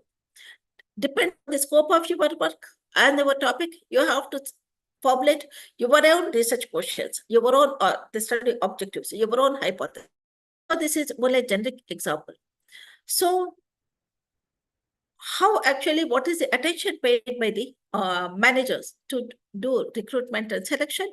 And is there any difference between the recruitment, the traditional and the modern methods of recruitment and selection and the procedure? Because nowadays there are so many innovative recruitment methods, and also there is much of change in the selection procedure also. And this recruitment and selection process that again depends on the field to field. Banking people, they follow their own procedure. IT people, they follow their own procedure. Maybe corporate hospitals, they follow their own procedure. Education institutions like universities, we follow our own procedure for recruitment and selection. So again, that depends, that varies. So after raising the research questions, after formulating the research questions, now you have to formulate your objectives of study. Why actually I want to do some research on the topic selected for the study. Objectives, what are the objectives? Or the statements that give clarity to the researcher, that is what he or she plans to do in his or her research. This is the end result after undertaking, after conducting all this research. Ultimately, what's it you want to achieve? What's that you want to prove? These objectives will provide the scope of your study and also the depth of your study, how in-depth you want to go into the research area and how to design your research. What's the methodology you want to adopt? What is your sample size? Or what is the sampling technique you want to choose? Or what are the analysis tools you want to choose? And this is the base. So objectives, these are the statements that give clarity to the researcher. That is the end result which the researcher want to achieve. I just want to share a few examples. These are only examples. So as I told, depending on your exact topic, after discussing with your guide, you have to choose your own objectives. You have to design your own objectives. This is only a generic example. Suppose, again, come to the same topic, your area is HR, and you want to study or recruitment selection process in XYZ or private limited. This is how actually you have to put the title of your work, recruitment selection process, in the name of the organization. Study and analysis like that. So for the first two objectives, normally they are common. That is, they provide about the theoretical background about the concept you select for your study, and also the profile, the presentation of the profile of the organization selected by you for your study. To understand the role, importance, and process of recruitment and selection in organizations, that is in general, the theoretical background. To present the profile of the company selected by the study, and now actually the correct analysis objectives to understand and analyze the existing process of recruitment and selection. And here you include everything, the methods of recruitment, the sources of recruitment, the process, everything, to understand and analyze the existing process of recruitment selection in so-and-so organization, and to know the perception of the respondents about the existing recruitment selection. And normally the candidates put one objective as to give suggestions, or to offer suggestions, or to give some recommendations to organizations, and so it's a topic. Giving suggestions need not be or should not be spelled out as an objective of your study. It's only, it's included, it's part and parcel. You are doing some research, means finally your last chapter is on your conclusions, findings, and suggestions. So that in a separate objective should not be spelled out anywhere. So these objectives framing, that depends on your topic, they should be formulated. Suppose your area is marketing. You want to select a topic called sales promotion strategies adapted by ABC Company Limited, a study. To understanding the meaning, tools, and techniques of sales promotion, again a theoretical background. To present the profile of the company selected for the study. To find out the tools and techniques of sales promotion adopted by so-and-so organization selected for your study. To identify, suppose other than sales promotion, the customer may be influenced by some other promotional strategies. So to identify the factors influencing the customer to buy a product from so-and-so organization, and to study the impact of sales promotion techniques on sales volume of select organization. And the number of objectives may be 3 or high side 4. Please don't exceed that, because this is only project work. If it is PhD, okay, 4, 5, or sometimes they may go up to 6 also. If it is finance area, suppose analysis of financial performance of a particular bank, maybe for example, HDFC Bank, to find out various financial services and facilities offered by HDFC Bank, and to evaluate the financial performance of HDFC Bank by using various ratios. So what are the ratios you want to analyze? You want to use to analyze the financial performance of the bank. Suppose your area is operations management, and your topic is just in time. That one of the trending topics as told by Lokanatha Garu. So just in time in XYZ company. So again, to understand the meaning, role, importance of just in time in general, including the factors, because just in time is will be normally influenced by so many factors. So what are the factors influencing JIT? To present the profile of the company, to find out the organizational intrinsic and external affecting JIT practices, to examine the relationship between these factors and JIT, and to identify how these factors can be beneficial in terms of the goals of the organization.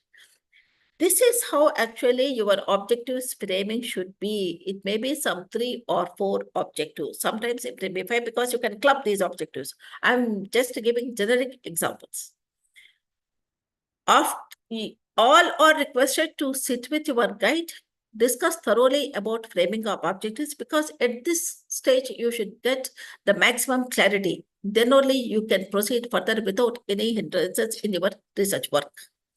And recently, when I scrutinized the synopsis, one of the major issues which I noticed is they're writing paragraphs for the objectives. They're putting some subheading and writing almost a paragraph about that objective. No, that is not the way of writing objectives. The objectives should be prepared just 1, 2, 3, 4. That's it. And a brief. The objective should be drafted very briefly and very clearly. Depend on the objectives of the study. The next one is the hypothesis of the study. A research hypothesis, in its plural sense, is a hypothesis. It's a specific, testable, logical prediction about anticipated results of a study. They are the basis for your study. In most of the studies, the hypothesis is based on your own or someone else, because someone else has already proved that recruitment selection is not doing in a proper way in so-and-so organization.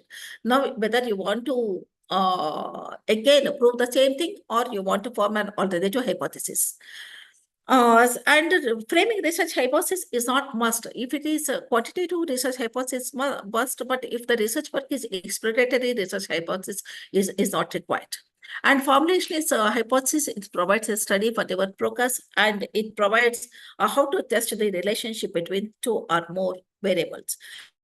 Focusing much here because you have 2 sessions. You have exclusive 1 session on data collection techniques and analysis tools. There actually how to prove the hypothesis, the resource person will explain you. And how to formulate the hypothesis. Again, suppose for example, take this previous example, recruitment and selection. And you may formulate a hypothesis that the traditional methods of recruitment are not suitable to recruit certain cadre of employees. You know that different cadre of employees work in organizations. So to the employees in a particular cadre, traditional methods may be suitable. To recruit the employees in another cadre, more suitable. So your hypothesis may be traditional methods of recruitment are not suitable to recruit the cadre of employees. This is called null hypothesis. And while writing the a null hypothesis, we should maintain HO1, HO2, the series of hypotheses. And another one is alternate. There are different types of hypotheses, but these are the 2 major ones: null hypothesis and alternative hypothesis. And coming to alternative hypothesis, this is an opposite of the null hypothesis. Traditional methods of recruitment are more suitable to recruit so and so. In null hypothesis, we mentioned that traditional methods of recruitment are not suitable, and in the alternative hypothesis, we decided that traditional methods of recruitment are more suitable to recruit so and so cadre of employees. And similarly, attending physiotherapy sessions does not affect athletes. Attending physiotherapy sessions improve athletes. Null hypothesis and alternative hypothesis. And you have to write only one hypothesis. Either you want to choose null hypothesis or alternative. You have chosen null means again automatically the other one is alternative. You need not specify the alternative hypothesis.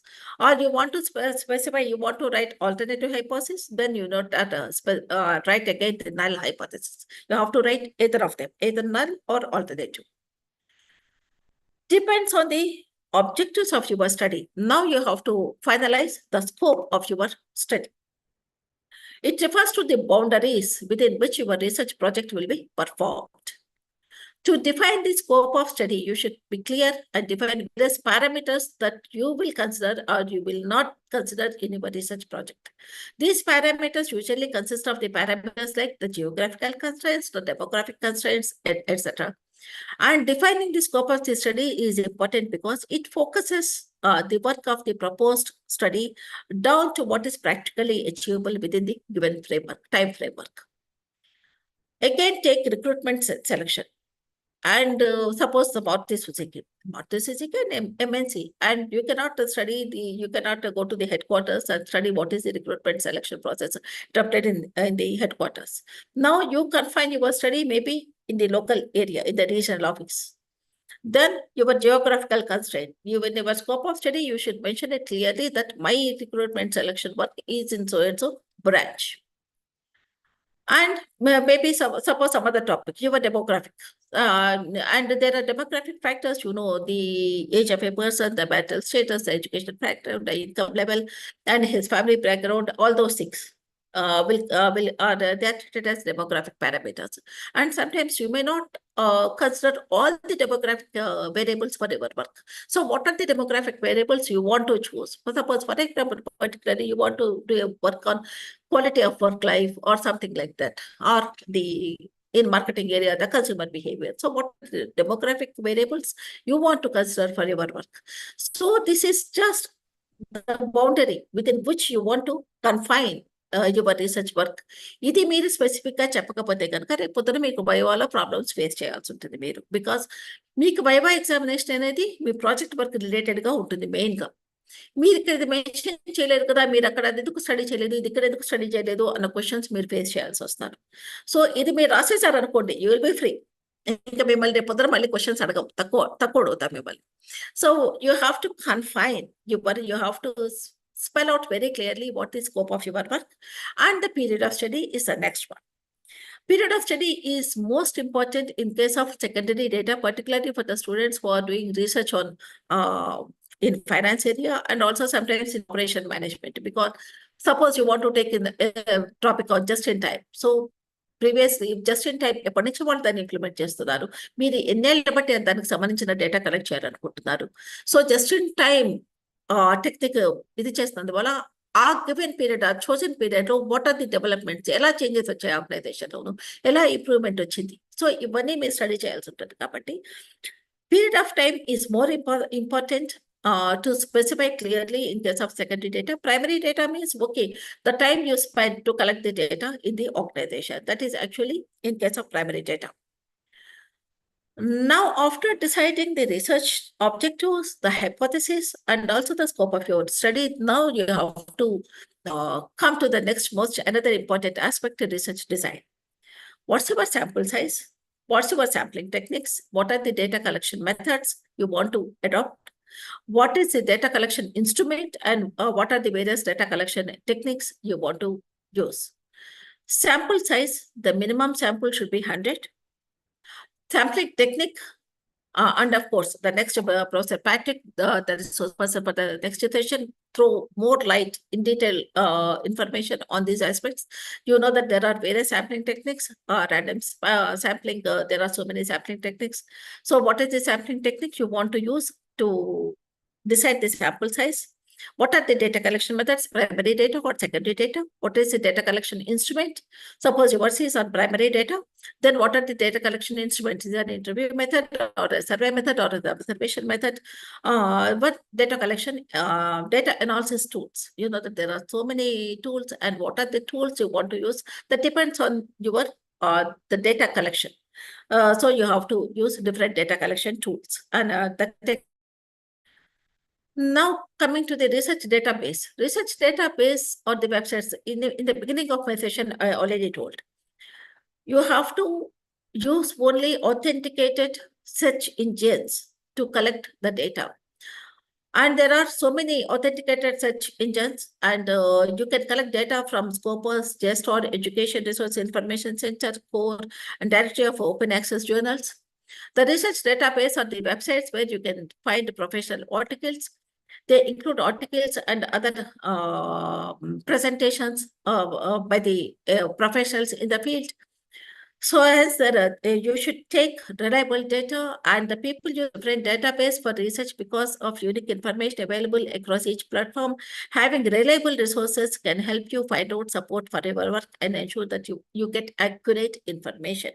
Because nowadays there are so lot of fake information is also uploaded in the websites. Please don't believe that. And this is the way of writing your final project report. The first chapter is introduction. Introduction is nothing else but it is an extended version of your research, of your synopsis. So here, in the case of synopsis, you present your research review of literature very briefly, maybe some 5 or 6 or 10 articles. But whereas in the final report, you may review more number of articles and present them in a detailed way. So introduction chapter is an extended version of your synopsis. And theoretical background about the topic is the second chapter, the profile of the company. And the fourth chapter and fifth chapter, they belong to, they devote to the analysis, that is existing system practices and policies. One chapter may be devoted. And for data analysis, another chapter. And the last one is findings, conclusions, and suggestions. And then followed by annexes and bibliography. This is the framework to write your final project work. And remember that your synopsis should not exceed some 4 to 5 pages, and the final report should not exceed some 80 pages. Maximum high side 100. Now, UGC itself is putting some restriction on the number of pages for PhD thesis. They also, UGC is saying that the research thesis should not exceed some 200 pages or something like that. There are even restrictions on the MPhil thesis. Now, of course, there is no MPhil now, PhD thesis. So now it is project work submitted by the students for the award of degree. Now, the report should not exceed 80. High set, including your annexures, bibliography, everything, it should not exceed 100 pages. While synopsis, please make a note that this is a checklist. In the guidelines, we are mentioning all these things very clearly. This is how you have to prepare the synopsis, and this is the checklist you should take care while preparing, while submitting the synopsis and all those things. But sorry to say again, the candidates and also the guides, they are not serious about all these things. That's why the rejection rate is very high. While submitting the synopsis, say that the typed version, it should be a typed version. So it should not exceed some 4 to 5 pages. Annexure 1 of the synopsis, along with the synopsis on the research, your proposed research topic, you have to submit few annexures.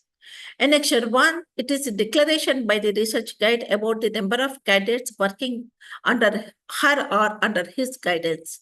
There is a limit on the number of candidates working under research supervisor. It should not exceed 8.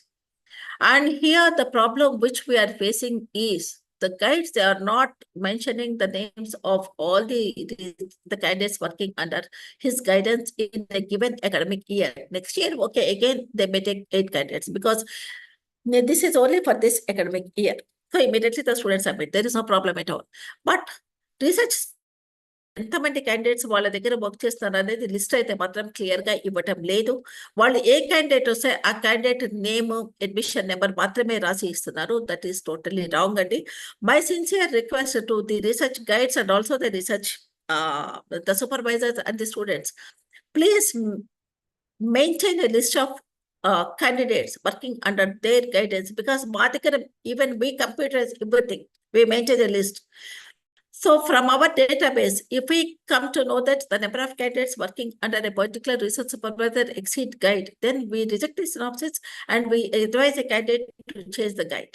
So to avoid this problem, we advise the research guides to mention clearly, okay, untick, okay, provide a list, untick, okay, this is the synopsis of the candidate which I am signing now. So that will help you, that will help the student, and that will also help the department. And the second annexure is the project approval format. This you have to submit in duplicate. 2 copies. In there also in the synopsis guidelines also, we are providing both the copies, first copy and second copy. But unfortunately, a number of candidates are submitting only 1 copy. So how can we maintain our own record? So if we send that copy to you, how can we maintain our own record? Or otherwise, we have to keep that copy with us, and we don't send any copy to you. So this has to be submitted in duplicate. And here also there are so many problems which we are facing. The first one is you have to write the details of the candidate clearly, write the details of the research supervisor, write the title of the topic very clearly, and sign with the date. Candidate details clear గా ఇవ్వటం లేదు, research supervisor details clear గా ఇవ్వటం లేదు, title full గా రాయటం లేదు, date వేయరు సంతకం పెడితే. మాకు మీరు ఏ డేట్ ఇచ్చారనేది మాకు ఎలా తెలుస్తుంది? మేము ఎప్పుడో వచ్చి మేము సబ్మిట్ చేసామని అంటారు. So putting the date is mandatory. You are all, I think somebody might be already in managerial positions, and you are all aspiring managers, prospective managers. As a manager, before signing any document, while signing any document, putting the date is mandatory. Remember, even while we sign, we put our date on any document. So why actually we provided a column there for date? So while signing, we should know when actually the candidate has signed, because we are receiving the synopsis after a long time after signed by the candidate. And unfortunately, one more point which we observed since so many years is the research supervisors are signing prior to the signature of the candidate. So that's, first of all, the candidate has to sign with the date, and then only the research supervisor has to sign with the date. Please remember. So annexure 2 should be submitted in duplicate. And project supervisor calculum, and now actually we identified a few research supervisors. If the research supervisor is already in the list of identified research supervisors, then again the CV is not required. But if the research supervisor is not in the list, as we already told, Pawar already told that, and even in the guidelines we provided it very clearly. You need not select a research guide only from the identified list provided by the department. You can choose anybody else, anybody with a professional qualification, anybody with a PhD qualification, or your own boss who did a MBA or some other professional qualification like CA. You can guide you, who has some knowledge on research and who can guide you. So in that case, a biodata of the research supervisor is required. And so many, this time I rejected so many synopses because the guide not has signed them without signature of the research supervisor on his biodata. I rejected so many synopses. And one more point here, even the research supervisors also, I just want to request them that please prepare a short CV, just 1-page CV, because otherwise almost the CV runs into some 7 or 8 or 9 pages. It's a waste of stationery and waste of time, money also for everybody, even for the student or the guide who are taking the printouts or the photostat copies of the biodata. So a brief biodata. You need not mention all the articles published by you or all the books published by you. Book a number of articles published, number of books published, so many, number of guidance, mainly because of what are you, where are you working, what is your education qualification, and the important points. Just 1-page brief biodata. Please submit. Don't submit the complete biodata. And the letter of acceptance from the organization. And here also, as I told, from so many organizations, we are receiving fake letterheads. And here, while permitting, the signatory authority should mention the name and the designation on most of the permission letters issued by the organization. But we noticed that there is no name, there is no designation of the person who is signing, who is a signatory authority. How we know? Even I too prepare a stamp, and I just sign with my left hand or right hand. So that's wrong. It is the signatory authority's name, designation is must on the letterhead on which you are taking the permission from the organization. And after completing the work, while submitting the project report, again, you have to take that project completion certificate and self-addressed envelope. to pursue the synopsis approval. So this is a checklist.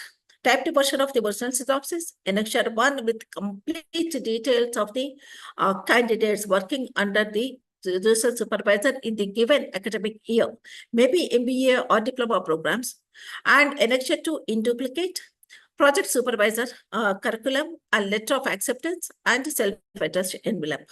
Here, as far as the so much of discussion is going on in the group of certificate in NGO management students.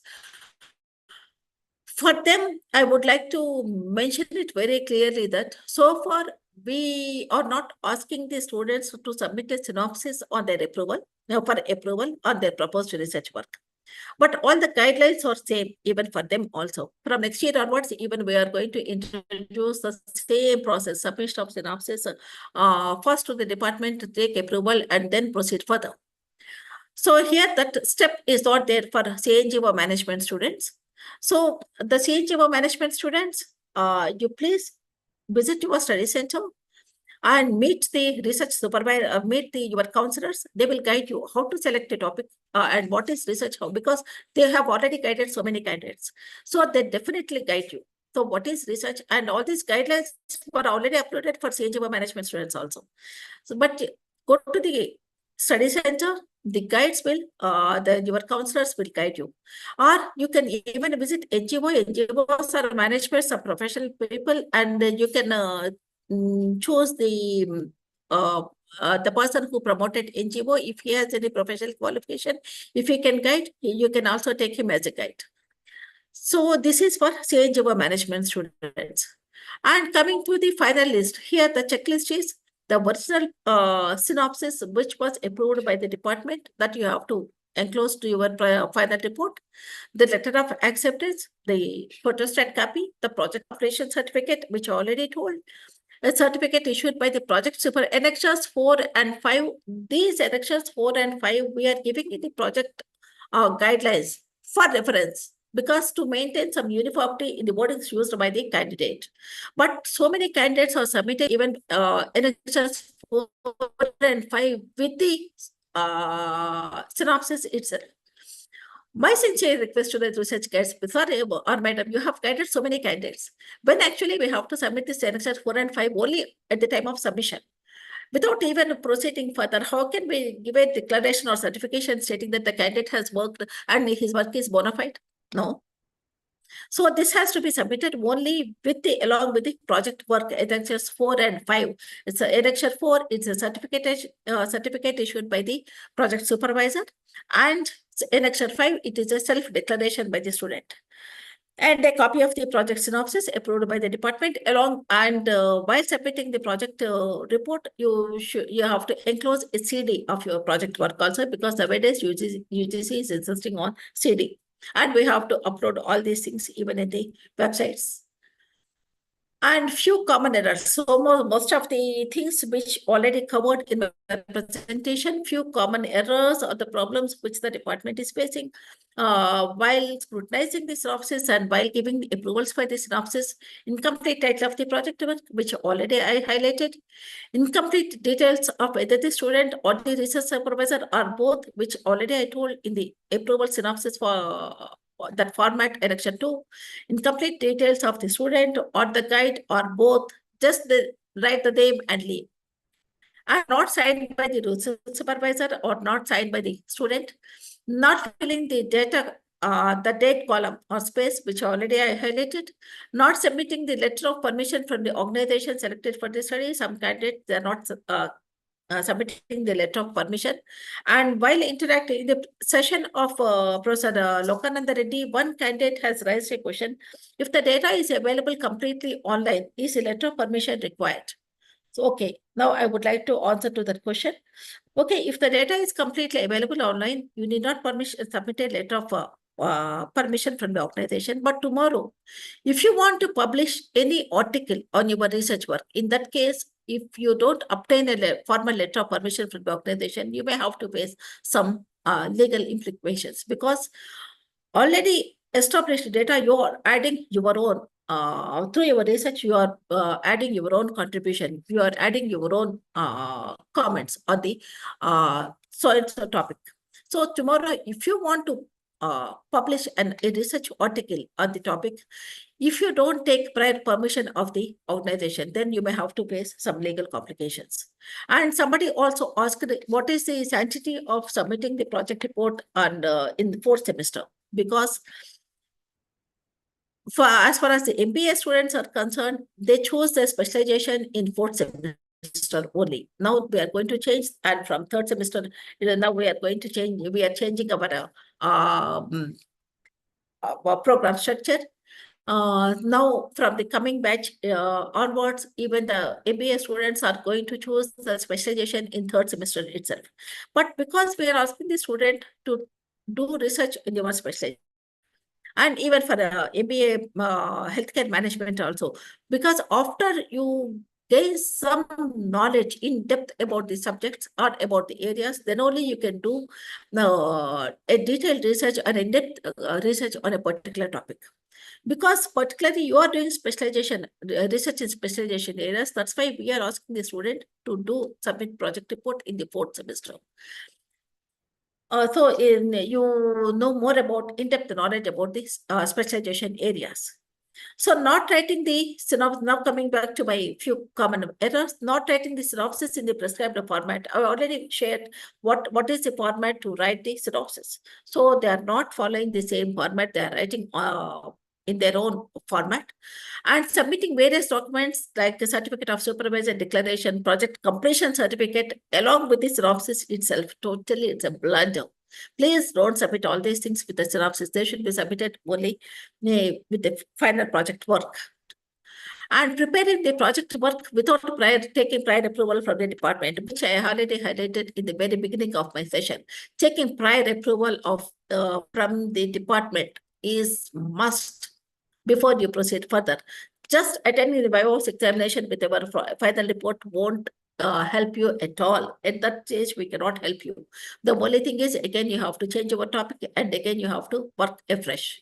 And not filling annexure 1 properly, which I already explained, and submitting the biodata of the research supervisor without a signature. And this also I explained, and you have to submit it very brief biodata, we request.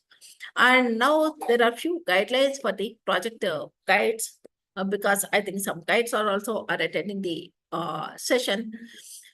Dear Madam Sir, please, we request all the research supervisors to guide or advise the students in identifying in frame problem for the proposed project, suggest a suitable title for the study, the correct title, suitable title for the study, advise of how to collect the literature and how to write the review of literature, help in designing the research methodology, and suitable research method or instrument. What is the correct instrument to collect the data? What is the sample size? What is the sampling techniques to be used by the candidate? And what is the procedure relating to data collection if the work is based on secondary data? And whether the organization check the raw data collected, well, you please see whether the candidate has really collected the data or not. Help in data analysis and suggest to the candidate what are the correct tools of analysis to be used by the candidate for data analysis. And please go through the rough project draft submitted by the candidate and check whether all the permission letters are enclosed or not. And then only finally, please sign on the final project work. Please guide the candidates seriously, so that will help the candidate the rejection. And here the Pawar also told, and I also told, that this project work carries 100 marks. And in case of MBA and MBA, and in case of MBA diploma students and certificate students, it carries 100 marks. And in case of MBA healthcare, this is what once it carries 6 grades, 120 marks. And the main your viva, the candidate viva, is based on the project work. So if the candidate has clarity at this stage, then that will help the candidate to face VIVA's examination very easily. So this is for 100 marks, and VIVA's examination, particularly for MBA, there is no VIVA for diploma students and NGO management students. Again, VIVA also carries 100 marks. So that will give maximum scope for the candidate to get high scores in project and VIVA's examination. So our request is pay maximum attention, due attention, both the project guides and the candidates on the project work. Do the work genuinely, and then submit. That will help you. That will give actually a lot of satisfaction, both the guide and also the student. So if any questions are there, I invite the students. Any clarification if you want.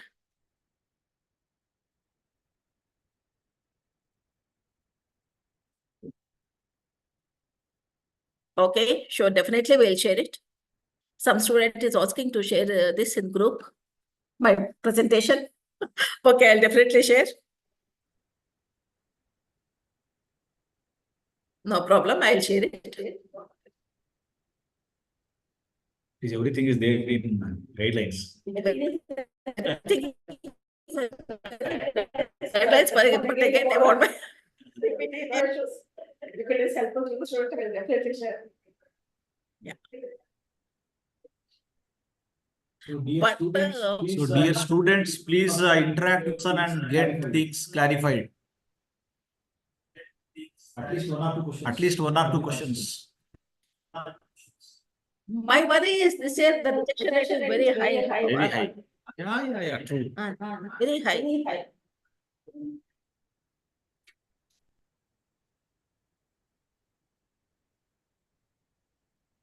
Yeah. Okay. Okay. Go to a post Thank you, that madam. somebody is asking, and we are uploading, we are sharing the list of guides. And we also, the counselors working in various colleges, all in their organizations, was the engagement. Yes. From the university, okay, you can come to the university and approach us, no problem. Sample project we cannot share. If you want, you can visit the university and refer it. Correct. We cannot share in the group. Yeah, those who are interested to see project report, how it should be, you can visit the university department and you can refer the sample project report, but it cannot be shared. Yeah, thank you, madam, for the elaborative talk on the project report guidelines to the students. Now I request Dr. Radhakrishnan to propose formal vote of thanks. Dr. Radhakrishnan. Yeah, good afternoon, sir. Thank you, sir. On behalf of Department of Business Management, I thank Professor Kiranmay ma'am presenting research methodology, total brief view of how to submit a synopsis and all those things, and right from the introduction to chapterization. That is a great session, ma'am, because the students they are facing this problem only every day. We are witnessing in the department, so I think this session may help to the students very much. And even we can get the response from the students. They are asking many questions. So whatever the questions, I will answer through the WhatsApp. Thank you, ma'am. Thank you very much. Thank you. Now, Dr. Radhakrishnan, you please close the session and then we will reopen at 1:30 p.m. Sir, thank you, sir. Thank you. So all the students are requested to join again and get benefit out of it. It is for you. It is for your purpose only, not for us.